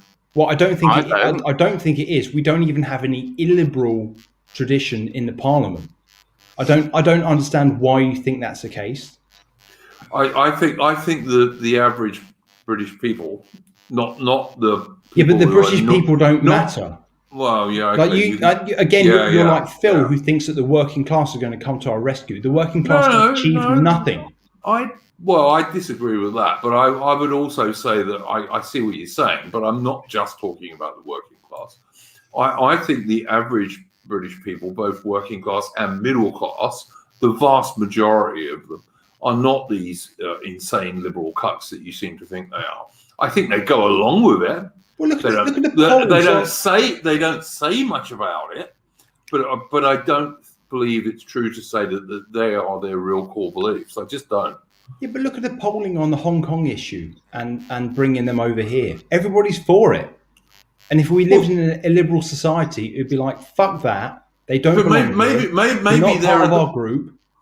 But Sojo, maybe they believe what you and Bruce believe, and that these guys would be great for us. I've certainly heard liberal people saying exactly that. They don't believe it. They don't believe it. I have certainly heard liberal people, not right wingers, turning around and saying, "Oh yeah, we should bring all these great capitalist Hong Kongers in the UK." There's massive support for it. People think it's the right thing to do. I don't think there's massive support for it at all, mate. I don't know if there's mass support for it, but I mean, at least there is a significant section of the population that's in favour of it. It's more than 50%. Well, I don't think it's that high. I don't think it's that high, mate. I really don't. I think it's at least a third. I don't know. Yeah, it might be a third, quarter, third, maybe. Yeah, but it's not 50%. I don't believe that at all. I mean, they haven't asked enough people for that reason. I mean, you've got to look at these polls. I mean, come on, Sojo, you're a sophisticated guy. You know the way they can influence these polls by who they ask and when they ask and where they ask. The polls are a sample of 2,000 people. It is representative. It is representative of the people. I know you don't like to hear it, but our people are just like they're lost. They have taken on, they've taken on universalist principles, and that's just the way it is. I don't agree, man. I don't. And 2,000 people is not enough. It's a sample. It's not a large enough sample to be a realistic representation. What do you know about samples? Of 65 million people. 65 million people. Yeah, but Duke, that's the whole point of a sample, that you take a sample that's big enough that will capture the representation of the public. So I'm not a believer that these polls are bullshit. I think they're perfectly fine. Was it a telephone poll, do you know? I have no idea. But it almost certainly was, wasn't it? It most likely, and probably online as well. I mean, how else would you do it? Yeah, and if it was a telephone poll, if you do it during the week, daytime, you're going to get, for example, mostly women. If you do that poll, yes, you are. That's the point of a sample, that you make sure that you get a broad spectrum of the public. But you know as well as I do that polls quite often do not do that. No, polls do that. No, polling organisations often don't when they want to get a particular result. Well, why would surely you know that particular result? Oh, for God's sake! I got a side with Duke on this one, to be honest, Sojo. But they obviously bend the polls. But I agree with you. I disagree with you on the polling issue, but I agree with you in the principle. I don't think it's 50%, but I mean at least a third or really. I think that our people are completely cut. Yeah, but Sojo, you are very black-pilled, Sojo, and you always have. No, I'm not. At least for a long time. I'm not black-pilled. I still see great hope for certain sections of our people, but not everybody. Yeah, and you're a bit dubious about a lot of the working class, I know. No, don't bring that into it. I mean, I know that's a meme, but actually, Sojo, you know what, mate? I tried very hard not to, and I have often turned around and said to people who used to turn around and say you were this middle-class guy and all the rest of it. I am middle-class. Yeah, I know you are, mate, but what I'm trying to say to you is you are doing the opposite to what the working class guys did to you. Do you see what I mean? Like they were too blind. No, well, okay. I'm going to explain it to you as I see it. I could be wrong, but this is my view. I think the working class guys who slagged you off were being unfair, but I think you are equally being unfair to many of the working class. Yeah, but hang on a minute. It's not like I don't I don't take any pleasure in the view that I formed. This is just from my anecdotal experience Yeah, of fair people enough. that I talk to, and the general vibe that I get from people that I talk to on these issues. That's all Yeah, I'm saying. but are you talking about in your kind of day-to-day life, or are you talking about people who you talk to Are we politically? Are we talking about the working class people that lived on a council estate near me that all went out of their houses and clapped for the NHS? We're talking about those idiots. Did they all do it, Bruce? Every A lot single of one them of them? did. Yeah, okay. That's what I was going to say. All of them, or quite a A lot? lot of them did. Yeah, okay, a lot. I don't actually know of any in my area. Unfortunately, the cultural Marxism has seeped down into the lower classes. Yeah, I agree, and also, of course, they're being faced daily with like mass media, not just the news, not just the biased brainwashing corporation, but actually every single TV program they watch, almost every single advert they watch, almost, which is all propaganda towards globo homo. I totally agree with that, and I'm not going to argue that that doesn't happen. And yes, of course, it has an effect, and the stupider the people, the more effect it has. But I think you're writing off too many basic ordinary Brits and their common sense. And I'm not just talking about working class Brits, I'm talking about middle class Brits as well. There are a lot of people with a great deal of common sense still.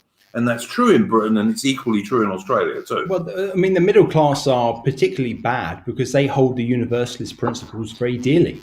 They are the worst. Many of them. Not many of them, pretty much fucking all of them, in my view. What?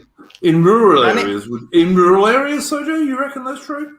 Well, I mean, I can't really speak to rural areas because I don't The live in the majority rural live in area. the cities anyway, so it doesn't matter. I mean, yes, rural areas are generally always more conservative, Yeah. but the majority of people live in cities, so it doesn't really matter.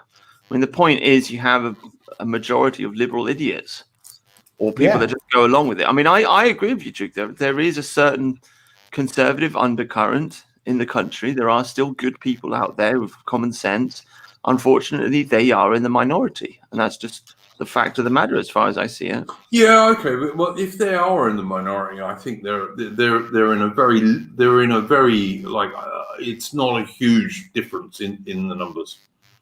I mean, everyone's going along with this lockdown bollocks. Yeah, no, I agree with that. Yep, and that's a bad sign. Adam, what do you think about this stuff, mate? I don't know because I still don't know what the question is. Okay, we're talking about. I don't know either. All right, what we were really saying is, are the British people totally cucked? Are the majority of working class people totally cucked to globo homo, and also are the majority of middle class people totally cucked to globo homo? That's basically you're talking about polls and statistics. Yeah, and polls. I don't know if you know, but I've known for ages that polls can be manipulated in quite subtle ways by like when they're done, where they're done, and all sorts of other things, and they often are. I mean, it's complicated. I mean, like there's a lot of nuance that comes into polling that can make it almost worthless, and then at the same time also quite telling. There's one I've brought up. I actually did it in one of my videos, and it was British opinions, British government opinion polls on immigration from the 60s to now, and then the other one was the European. I think it's called the European Opinion Survey, and over the same period, and they got vastly different results. Like literally about half the percentage of people said they were against immigration in the European one compared to the British one, even though they were both polled on British people. And that was simply because the wording, one included the term race and the other was just immigration.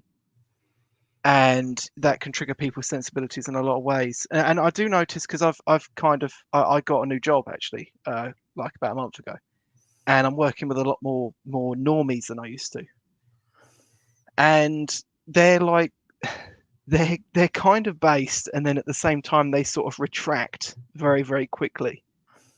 And you can talk to them and you can get some phenomenal talking points out of them, and then the next day it's like they're back to square one. So I don't know. There's hope there, but it does look pretty bleak at times.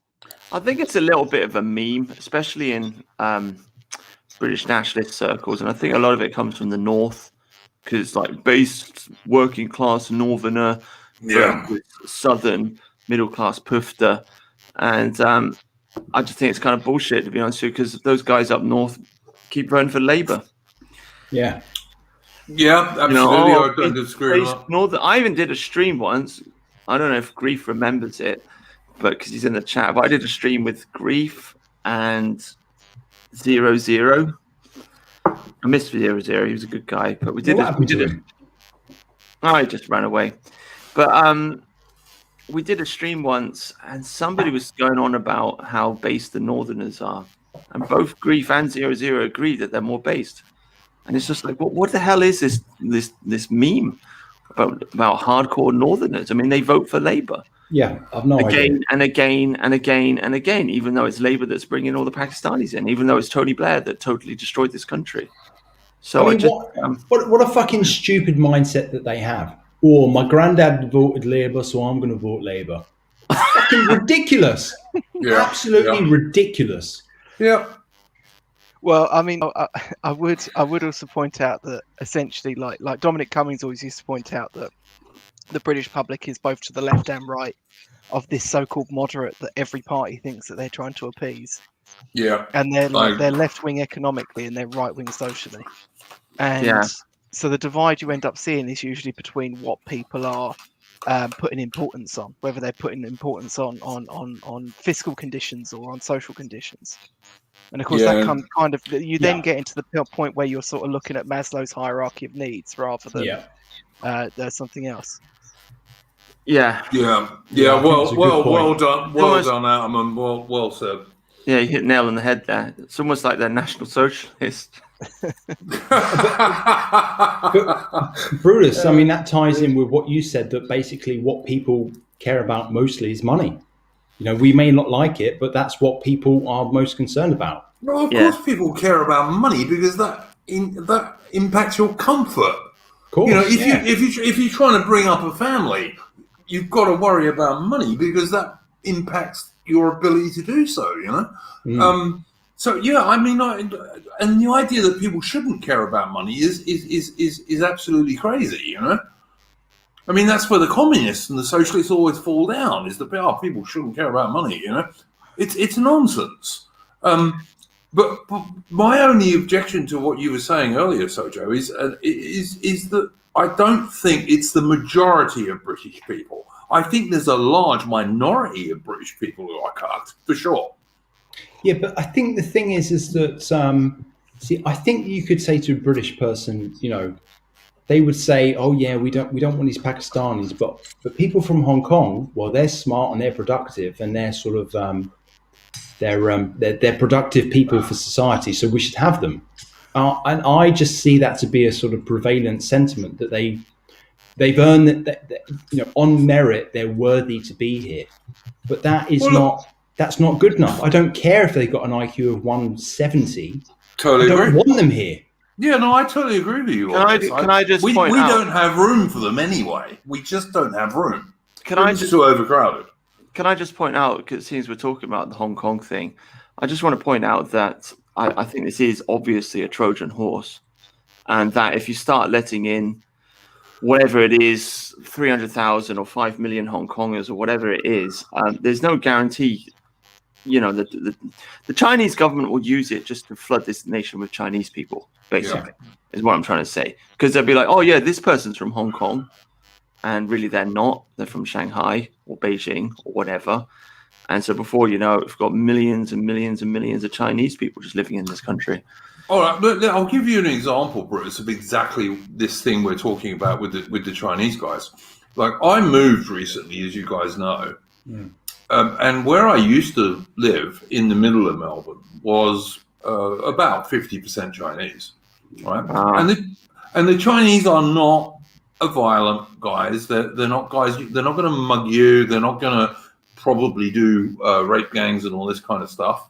They're generally pretty law-abiding, but they're also extremely exclusionary. They tend to keep to themselves and what have you.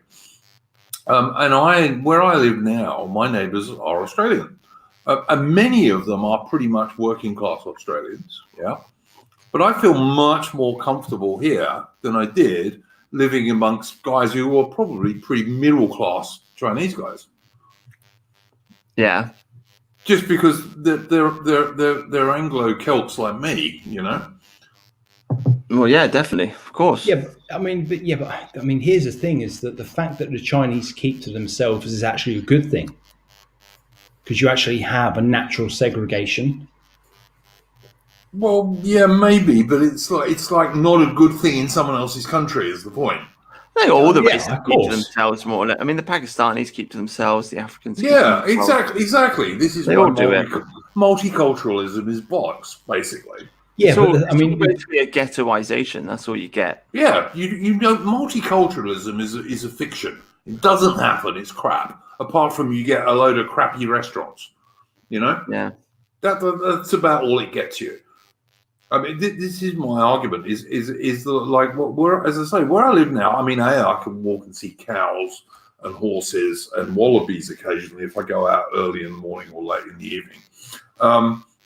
And I've got loads of colourful parrots and all sorts of stuff. But like my neighbours are all actually Aussies, like real white Australian guys and women, and it's just much more comfortable for me living here.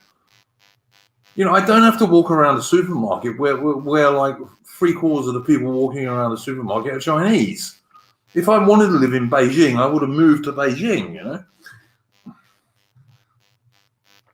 Yeah. Kick them all out. That's what I say. Yeah, listen, I absolutely would kick them all out, particularly because they're in Australia's case, particularly, they're all working for the downfall of Australia. Yeah. Like Australia is in a trade war at the moment with China. Yeah. So I don't know. It's like I just think Sojo was being a little unfair and perhaps allowing his black pill side a bit too much free rein as he sometimes does. He's saying the majority of Brits are cucked. Like, Well, I think it's very hard to tell, isn't it? Yeah. The people I don't follow. As you guys know, I don't follow all these Nazi LARPer channels on YouTube. I don't. Like, there's one or two of them I'll watch if they make a show that I think might be interesting or whatever. But most of the people I follow are not Nazi LARPers. They're nationalists, but they're not Nazi LARPers. And every single nationalist I have seen in the UK have basically said, no, this Hong Kong stuff is bullshit. You just can't do it. Like, for practical good reasons, we don't have enough room, for example. Yeah, but forget the practical reasons. At a sort of philosophical level, most people think that anybody can be British eventually. That's the problem. I don't think most people think that, Sergio. I think a large minority. I really don't know how you can believe that. I think a large minority think that, but I think they are a large minority. They're not the majority of the people. I mean, what do you think, Brutus Salmon? Do you think it's the majority, or is it a large minority? It's hard to tell. How do you tell, to be honest with you? So, Yeah, exactly. I mean, I don't know. You could just go, you could talk about it all night. You'll never reach a conclusion. It's all really a matter of perspective. It's either going to be a third of people that are cucked, or it's going to be 2/3. Could be either way. But or somewhere in between. Yeah, absolutely. Yeah, but I mean, even the so-called based, hardcore working class, even they're a little bit cucked because most of them are pro-gay, pro-feminist, and they're nowhere near as extreme as us lot. Are they? Are they mostly pro-gay and pro-feminist? I'm not sure about that. Yeah, of course they are. Yeah, they're going on with it. What are we defining as cucked? Yeah, go on. Exactly. Well, I generally, I think you have to answer that before you could try and work out one way or the other. I mean, if someone has, says the occasional baseline on immigration, is that enough, or do they need to be, or do they need to understand racial or ethnic elements beyond that? Because if that's the line, then yeah, it's going to be quite a lot of the country's cucked. Yeah. I think you can look at the cold hard facts, which is that the BNP couldn't even register 2% of the vote when they were around.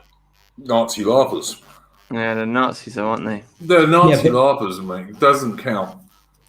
But their platform was, pretty based on immigration. Yeah, and anyone who didn't like Nazi laughers couldn't support them. Can I just right. point out, I'm just looking at Mark Collett's channel. Does he not make videos every week anymore? Oh, he does gaming videos these days. Because that's a national thing to do, apparently, now. One of the things gamers rise up, you know. One of the things I used to respect about Mark Collett was that he'd do a video every single week. He's just not doing it anymore. He's doing like Warzone. Yep. Gaming videos. Godfather, Warzone, PUBG. What the fuck is this? It's gaming shit, mate. It's all gaming shit. What's going on? I just I want to comment on a comment that was made in the chat by Hinterland. Are surveys really accurate if people feel obligated to say the politically correct thing? Well, I want to make the point that if you're talking to somebody anonymously on the phone, who fucking cares about giving a politically correct answer? I suspect a lot of people do, Sergio. Yeah. I've got to say. I think this is I think you're right. Deep cope. No, I don't think you're right, mate. I think many people feel that they should come out with the answer that they saw on the TV the night before. I think many people do. Weak. Even when, it is very weak, but I think a lot of people do it. I think it's weak and it's cope on your part, personally. No, if I got an anonymous poll, I wouldn't give a fuck about what I said. Nor would I, Sojo. But you know what? A lot of people are not as bright as you or I. Well, I don't know why you trust the polls so much, Sojo. I've really got to say. I mean, you do realise they are a weapon of war for the establishment. Yeah. I mean, you do realise they lied about the polls leading up to Brexit. They lied about the polls leading up to the Trump election 2016. Adamman made the very good point earlier that you can change a couple of words in a question that you ask people, and that will get you different answers. And these guys who do the polls know that very well. Didn't Bowden famously say that people, before they say anything that's unpolitically correct, will look around even if they're in a wood? Yep. He did say that, yes. Yes. He did. Yeah. So does someone who do that? So going back into the thing earlier about what's defined as cucked or not cucked, does someone who does that, are they cucked? I think they are. Yeah, I think they are too. But the thing is, a lot of people will do that. I even noticed with Laura Towler's poll, we were never asked, which was actually the best thing that bloody PA ever did. And I think that was Laura Towler's idea. It had nothing to do with bloody Mark Collette. But even on that poll, she actually said the point that when they were talking to people, people were looking around them. Who can overhear me? And the difference you will get, and I know for a fact, and I bet Armin and Bruce will back me up on this, is that if you're in the pub with a group of your mates and you're actually talking seriously amongst a group of friends who know each other and trust each other, you will get very different opinions to when people are speaking in public, where someone from their work or someone from the media, etc., might hear them. Yeah, but it still means that they're cucked.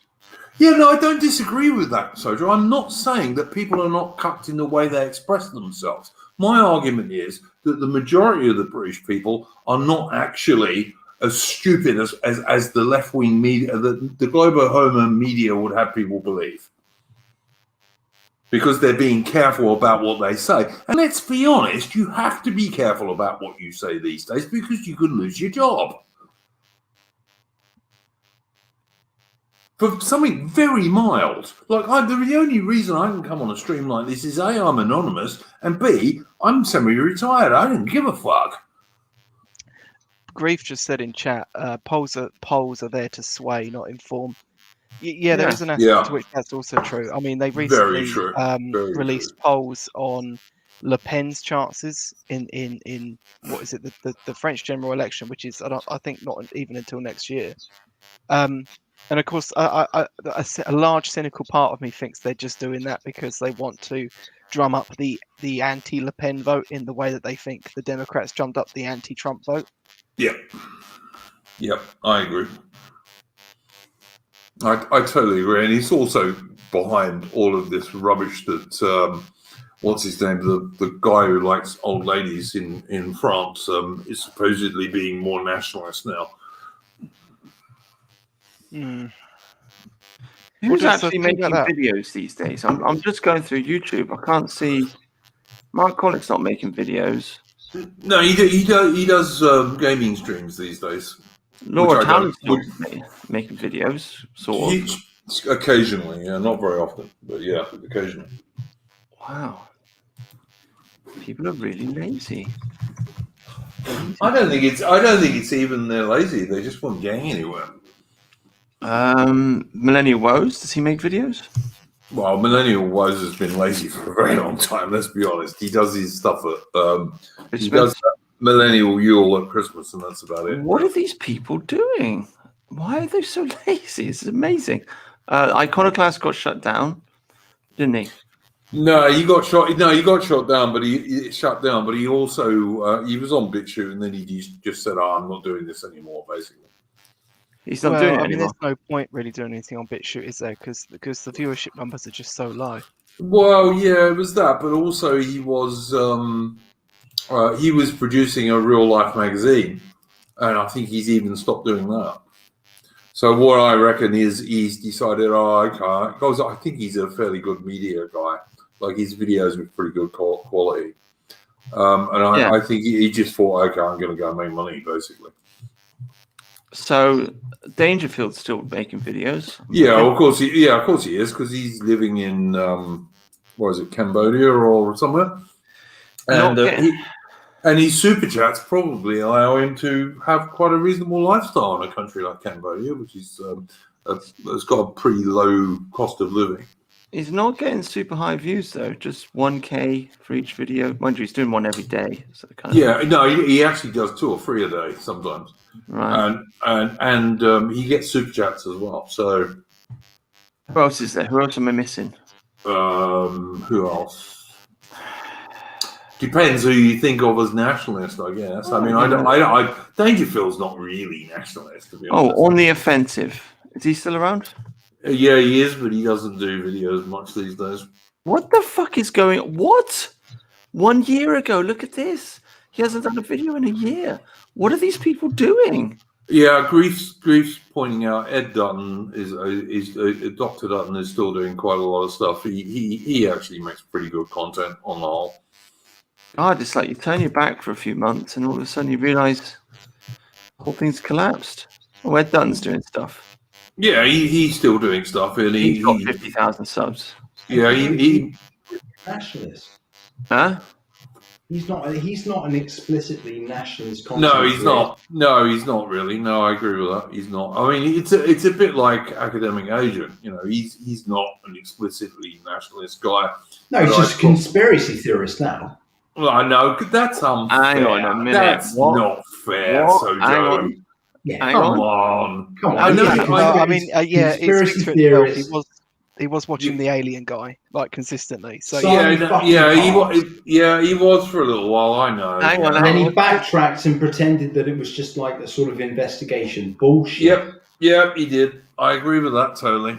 Hang on, tell me about the alien thing. I don't know anything about it. Oh God, go on. I'm not interested enough. If you guys want to tell him, go for it. So there was a guy called Simon Parks who was on YouTube for a little while, who was doing daily updates about the US election, and he was getting serious views. And this was stuff that was like completely out there. Like he was claiming that he had contact with like people who were like highly connected, and it was all very vague. And it This just is the guy. You took his profile pic. yeah, that guy Simon Parks. I And then literally thought that was your face. No. I am bald, but I'm skinhead like I have in the profile picture now. But no half job, as it were, like Simon Parks. Oh god. But yeah, Right. but he, I mean, the guy's just a crank. You know, he talks about sort of underground cities in China that have got like child slaves and shit like that. Yeah. It's just like completely out there. And this guy's getting 300,000, 600,000, 800,000 views. Yeah. He was just he was on board the QAnon train during the whole sort of the election cycle, and an academic agent was sort of following him. And then when it all fell apart, academic agent was quickly backtracking on his sort of exactly. his involvement in the guy. Yeah, I agree with academic that. agent, not Dutton. No, Yeah, not Dutton. No, Dutton. not Dutton. Oh, No, but I still like academic agent. I agree with you. I think he went down the rabbit hole on Trump. I think a lot of people went down the rabbit hole on Trump. But I still basically like academic agent stuff, and I agree with about 85% of what he says. I don't. I mean, someone's saying in chat that Morgoth had a effect on him. I don't know. I'm not a huge Morgoth fan, but anyway, maybe. Well, definitely. I mean, the thing about academic agent is that he is fully on board with the JQ. He's just very subtle about the way he talks about it. I don't think he is fully on board with it, mate. He's absolutely fully on board with it. Yeah, definitely in the last 3 months. Read between the lines. Come on. No, I don't think he's fully on board with it. I think he thinks there's some truth in it, but I think most people think there's. I've got the He was clip. doing full-on noticer tweets on Twitter, like Yeah. full-on. Okay, I'm not on Twitter. I mean, watching academic agent streams, which is what I do because I'm not on Twitter. I thought academic agent was a bit like me. I think there's some truth in the JQ, but I'm not fully on board. I'm not fully on board with the whole Nazi LARPer idea of it at all. No, I'll give you a quote. He said, the causal effects are quite clear, and we'll leave it at that. Who else is he talking about? He's talking about them. Well, he's half Iranian, so I suppose that could have some influence on that. He previously was not like this. I don't think it's because of Morgoth, mate. I really don't. Well, it may not be because of Morgoth, but basically he's been sucked into the sort of far right rabbit hole. That's my view. I don't know. I don't know. Like I say, I'm not on Twitter. It's kind of bugged me as well because I used to have a lot of friends who I'd try and red pill, and I could kind of get them to sort of like the Jordan Peterson frame, but I could never get them further than that. And AA was always very useful for that. I could send them like unpopular opinion streams or cigar streams, and they would watch them, and it would slightly move them a bit further over. But now with all the sort of the sort of JQ dog whistle and stuff, it's not as useful for that sort of thing. So really? Adam, is that your? Do you think he's like fully on board with this, like the Nazi LARPing JQ story, or what? He is from Iran. You know, he's pretty close. I mean, he's done whole streams on like the Weimar Republic and stuff like that. So yeah, no, I'd watched those and I thought they were perfectly reasonable. Yeah, they are good. But I mean, like for example, on Twitter recently, he was doing a lot of talking about how like, well, Hitler was secretly actually really popular, blah blah blah blah blah, all that sort of stuff. Okay, and not to say it's false, but it's not. Okay, that's interesting. That's interesting. I mean, like Bruce just said, I said before, like he is half Iranian, so there might be some of that like kicking into that a bit. Yeah, but the thing is that didn't exist sort of 2 years ago. This is a guy that was a Remainer in Brexit, and now he's like, he's moved rightwards for like a and long now time. it's like now it's a case that he believes in sort of Evolian philosophy, and that everybody's a mass man, and that everything needs to be torn down. I can't believe that you haven't seen this. No. Listen, Sojo, I stopped watching Academic Agent like maybe 4 years ago because I thought he was too left wing. Okay, and I came back to Academic Agent maybe 18 months or 20 months ago because he moved. Because people told me he moved, and now he's much closer to where I am. I think he's far beyond where you are. Well, maybe I look. As I said, I'm not on Twitter. Don't want to be on Twitter either. I'm not even basing these views of mine on Twitter. It's based on what he says on his streams. Well, I haven't He's seen very he's very canny about the way he talks about it because he knows that it will get his YouTube nuked. So what he will do is he will dog whistle in a very subtle way and say, "Oh, there are causal factors at play, and they're internationalists, and let's leave it there." Well, who else is he talking about? It's only one thing. Well, I don't know, man. He's talking about the Welsh. Yeah. Guys, look, I've got to say, I watch Academic Agent streams. I watch nearly all of them. I haven't seen what Sojo's saying. So, I'll send you a Twitter link because I clipped it, and I will send it. Yeah, no, sure, man, do please. But like I said, I haven't I don't think there's nothing in the JQ.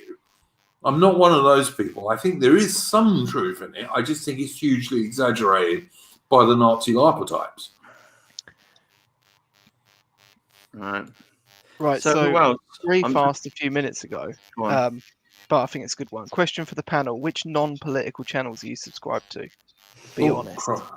Oh yeah, I can do that. They're mostly history, or they're mostly military history or naval history. And there's one or two that are gaming, but they're generally wargaming channels. Yeah. Non-political. Yeah. Just looking. I like Mark Wildman. He does good videos on kettlebells. Nice. Yeah, sorry. Not very exciting, is it? Not so much. I'm just looking now. Robert Seffer, does that count as political? It's kind of conspiracy theorist, isn't it? Yeah. You know, Robert Seffer? It's kind of political, sort of. So, I basically unsubscribe from everybody because I just get fed up with having too many notifications and yeah. I don't have any YouTube subscriptions at the minute. I've only got about 300. So 300. Yeah, I've probably got about 300, most of which I don't watch. But like the channels I watch that are not political, I watch British Muzzle Loaders, which is probably the best channel I know of about British small arms uniforms, tactics, and stuff in the 19th century. It's a Canadian channel, really, really good. I watched Bloke on the Range, who is a Brit guy who lives in Switzerland and who does practical shooting and all this kind of stuff, and also does lots of stuff with historical weapons. I watch what's that guy, Gun Jesus' channel, you know, the guy with American guy with long hair who does the Forgotten Weapons. I'm subscribed to him. I'm subscribed to Redcoat History, which is obviously a British military history channel. I'm subscribed to Drakenfell, which is the best naval history channel on YouTube by a long way. I'm subscribed to Dr. Alexander Clark, who is the best British naval history channel on YouTube by quite a long way. And then I'm subscribed to like loads and loads of other history and channels of that sort that are not political, and one or two channels which are about animals and that kind of stuff. Because I've been a Twitcher for years, like bird watching and you do bird watching, really? Yeah, I've done that for years, man. Should you just go to the beach and pervert them? Is that it? I'm talking about the feathered variety, man. I'm actually at the stage of life now where my interest in actual real female women is like for me to really get involved with one now, she'd have to have like an arsehole with diamonds all around it. Okay. If I'm really honest, like she would really have to do that. Like she'd have to be like the best, most fascinating woman in the entire history of the world. Right. Yeah. There you go. So women basically. I like women. They're very decorative. They're quite amusing, but I trust them about as far as I can throw them. But that's only 55 years of experience. Yeah, but the thing is that you've got a son now. You've got children. Yeah. So who fucking cares about whether you can trust them or not?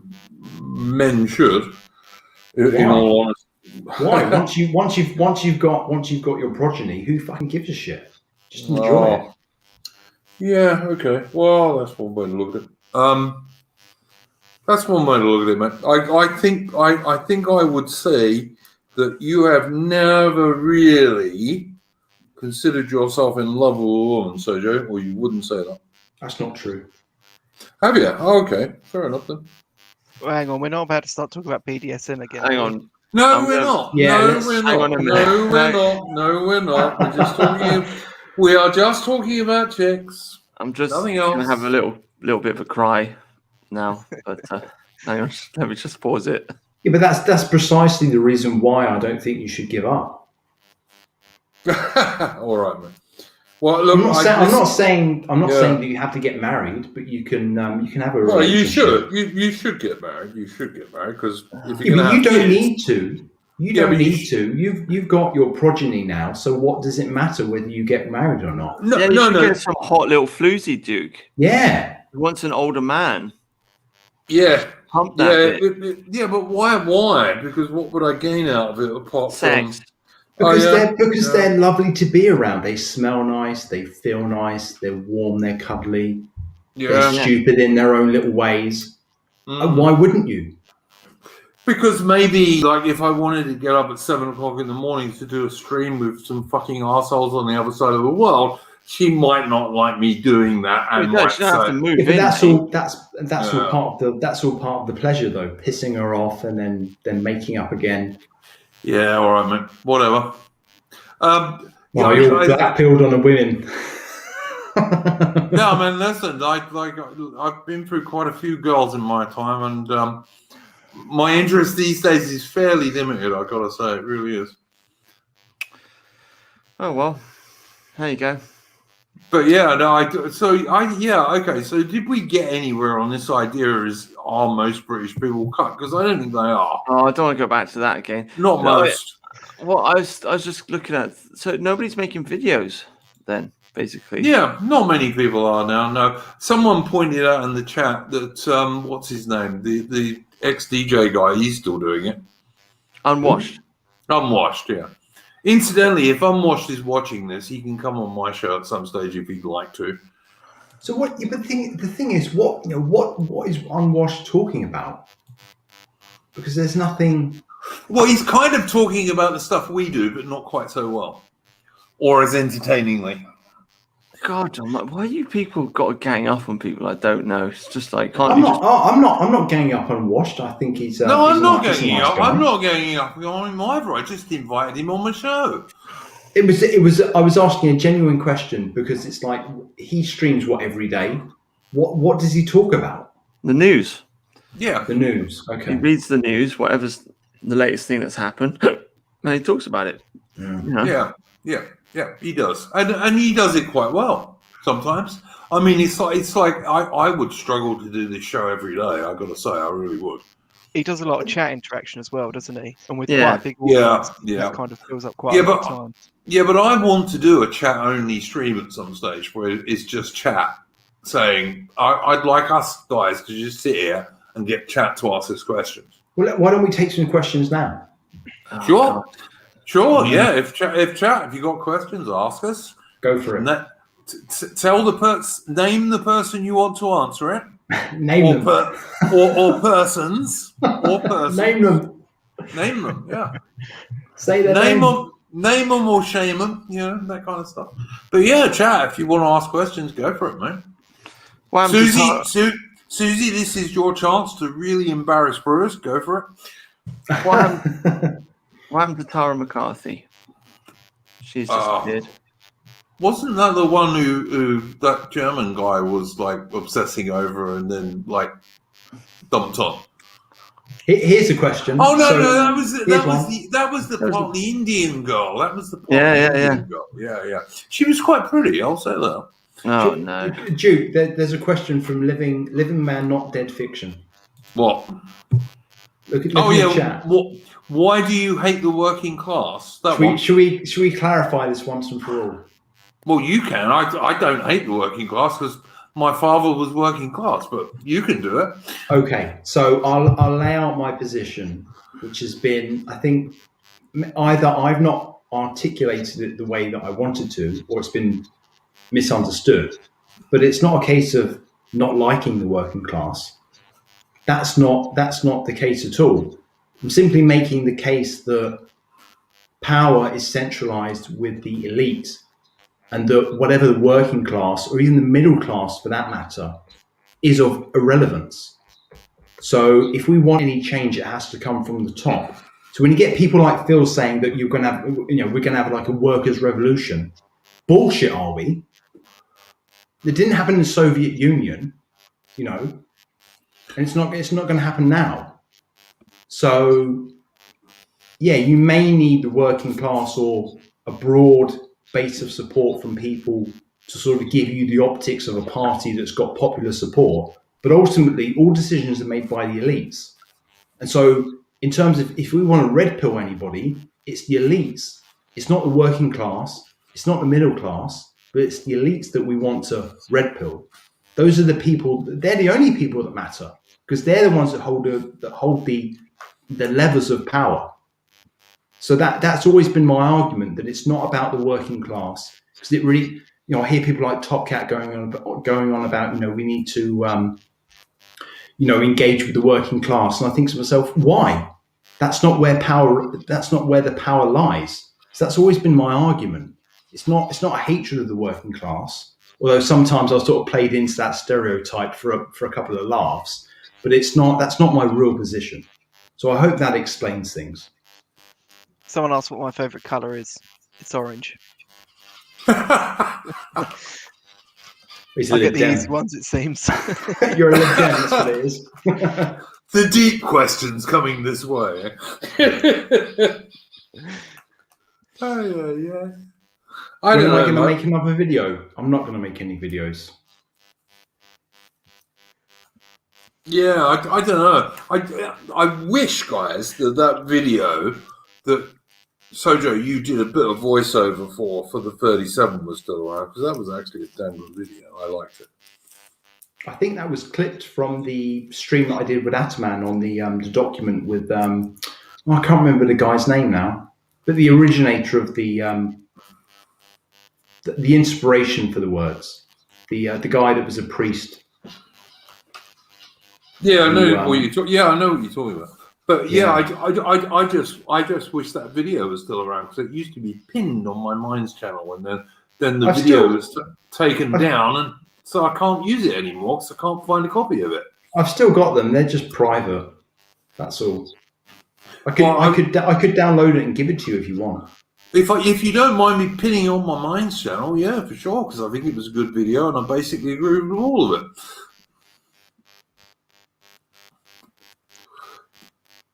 That was my original introduction to the fucking 37 thing, which I still basically agree with, And I don't think it was ever this idea, we're going to restart the British Empire. I think that's bullshit. But, no, not at all. We never. It was metaphorical. It was never literal. Yeah. I mean, I'd like to see closer links between Britain, Australia, and Canada and New Zealand, for sure. And I think that would be really good for the world. But that's not the same as restarting the British Empire. Mm. Grief, I am not going to do that.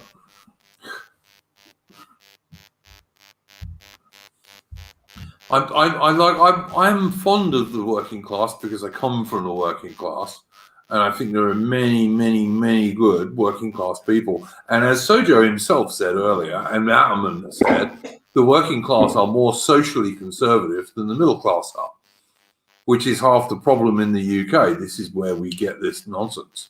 But the trouble was, as Sojo and Atterman also said, that you got these twats up north who were socially conservative voting for a Labour Party. You certainly weren't. Yeah, but at this point, it also doesn't matter. I mean, they could all go out and vote Tories wholesale. But Yeah, and it wouldn't help. It wouldn't help because Alexander Boris Johnson is not a conservative. He's also a social liberal. yeah, and I mean, it goes really deep as well into the Tory party. Like the Yep. rot is Yep. so deep.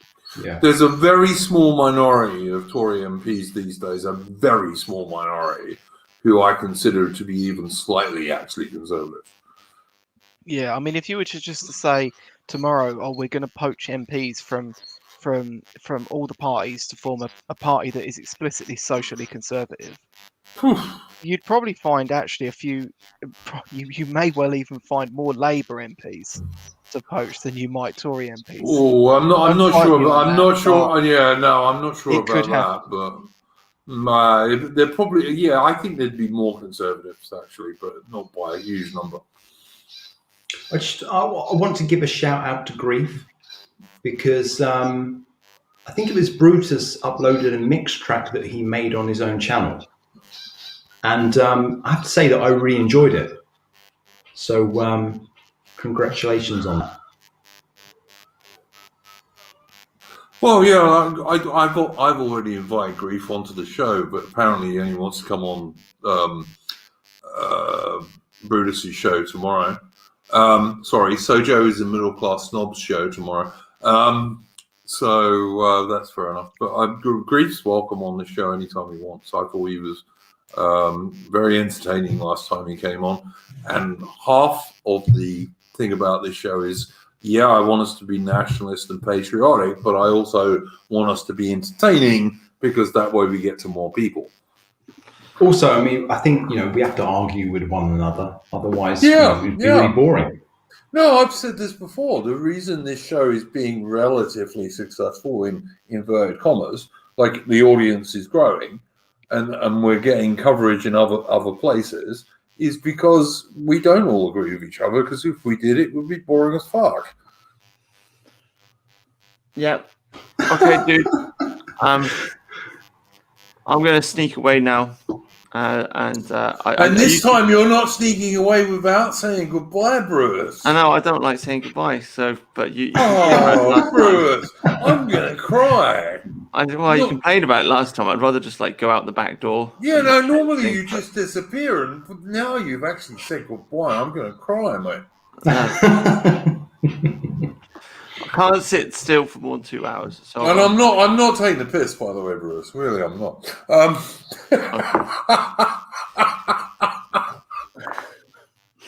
Anyway, so I got to get something to eat. So it's nice to chat with you, mate. Have a good week. Yeah. All right. Good night. Oh wait, before you go, one thing. Yeah. One thing.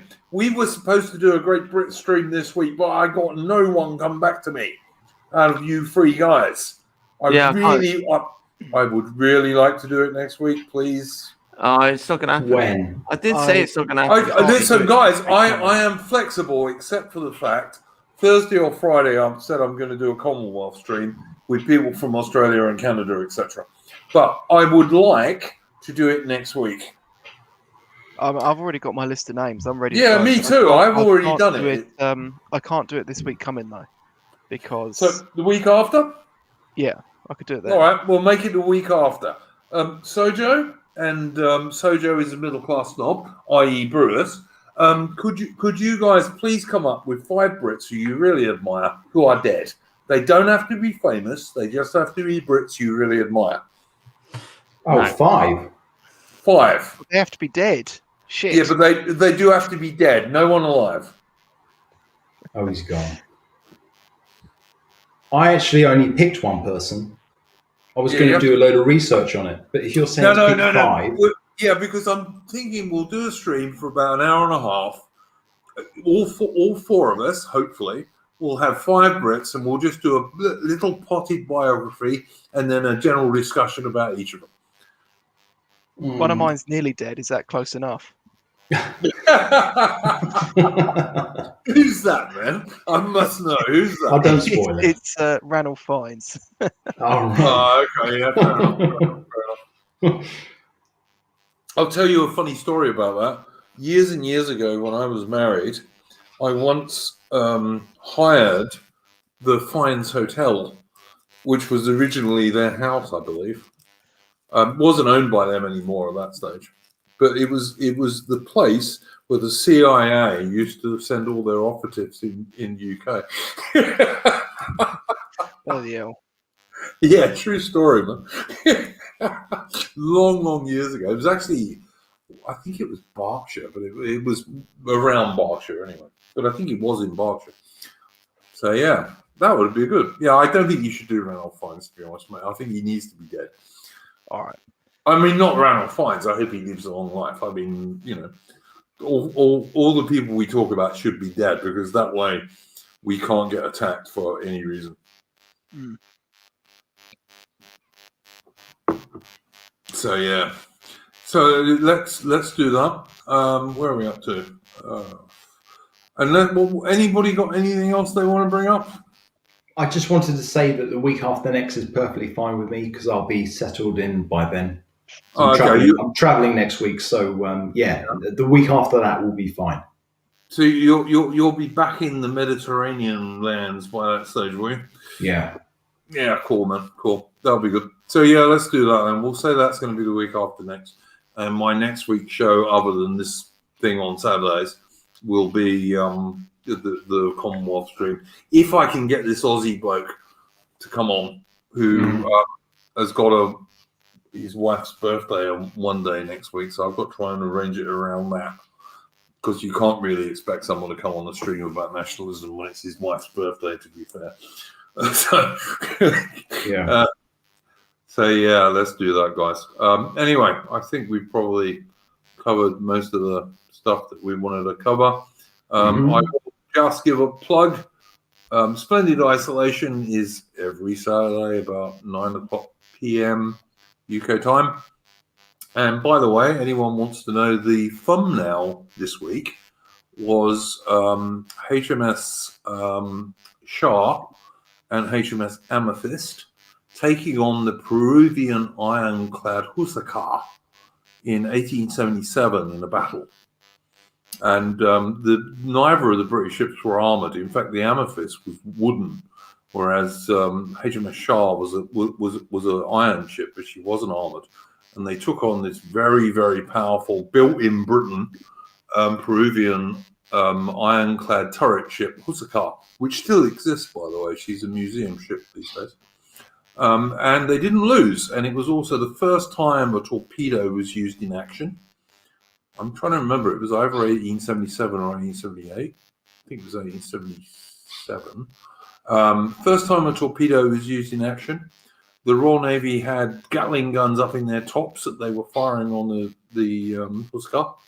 And the Husakar didn't score any hits on the British ships, and the British ships hit the Peruvian ship many, many times, but she was so heavily armoured it didn't do much damage.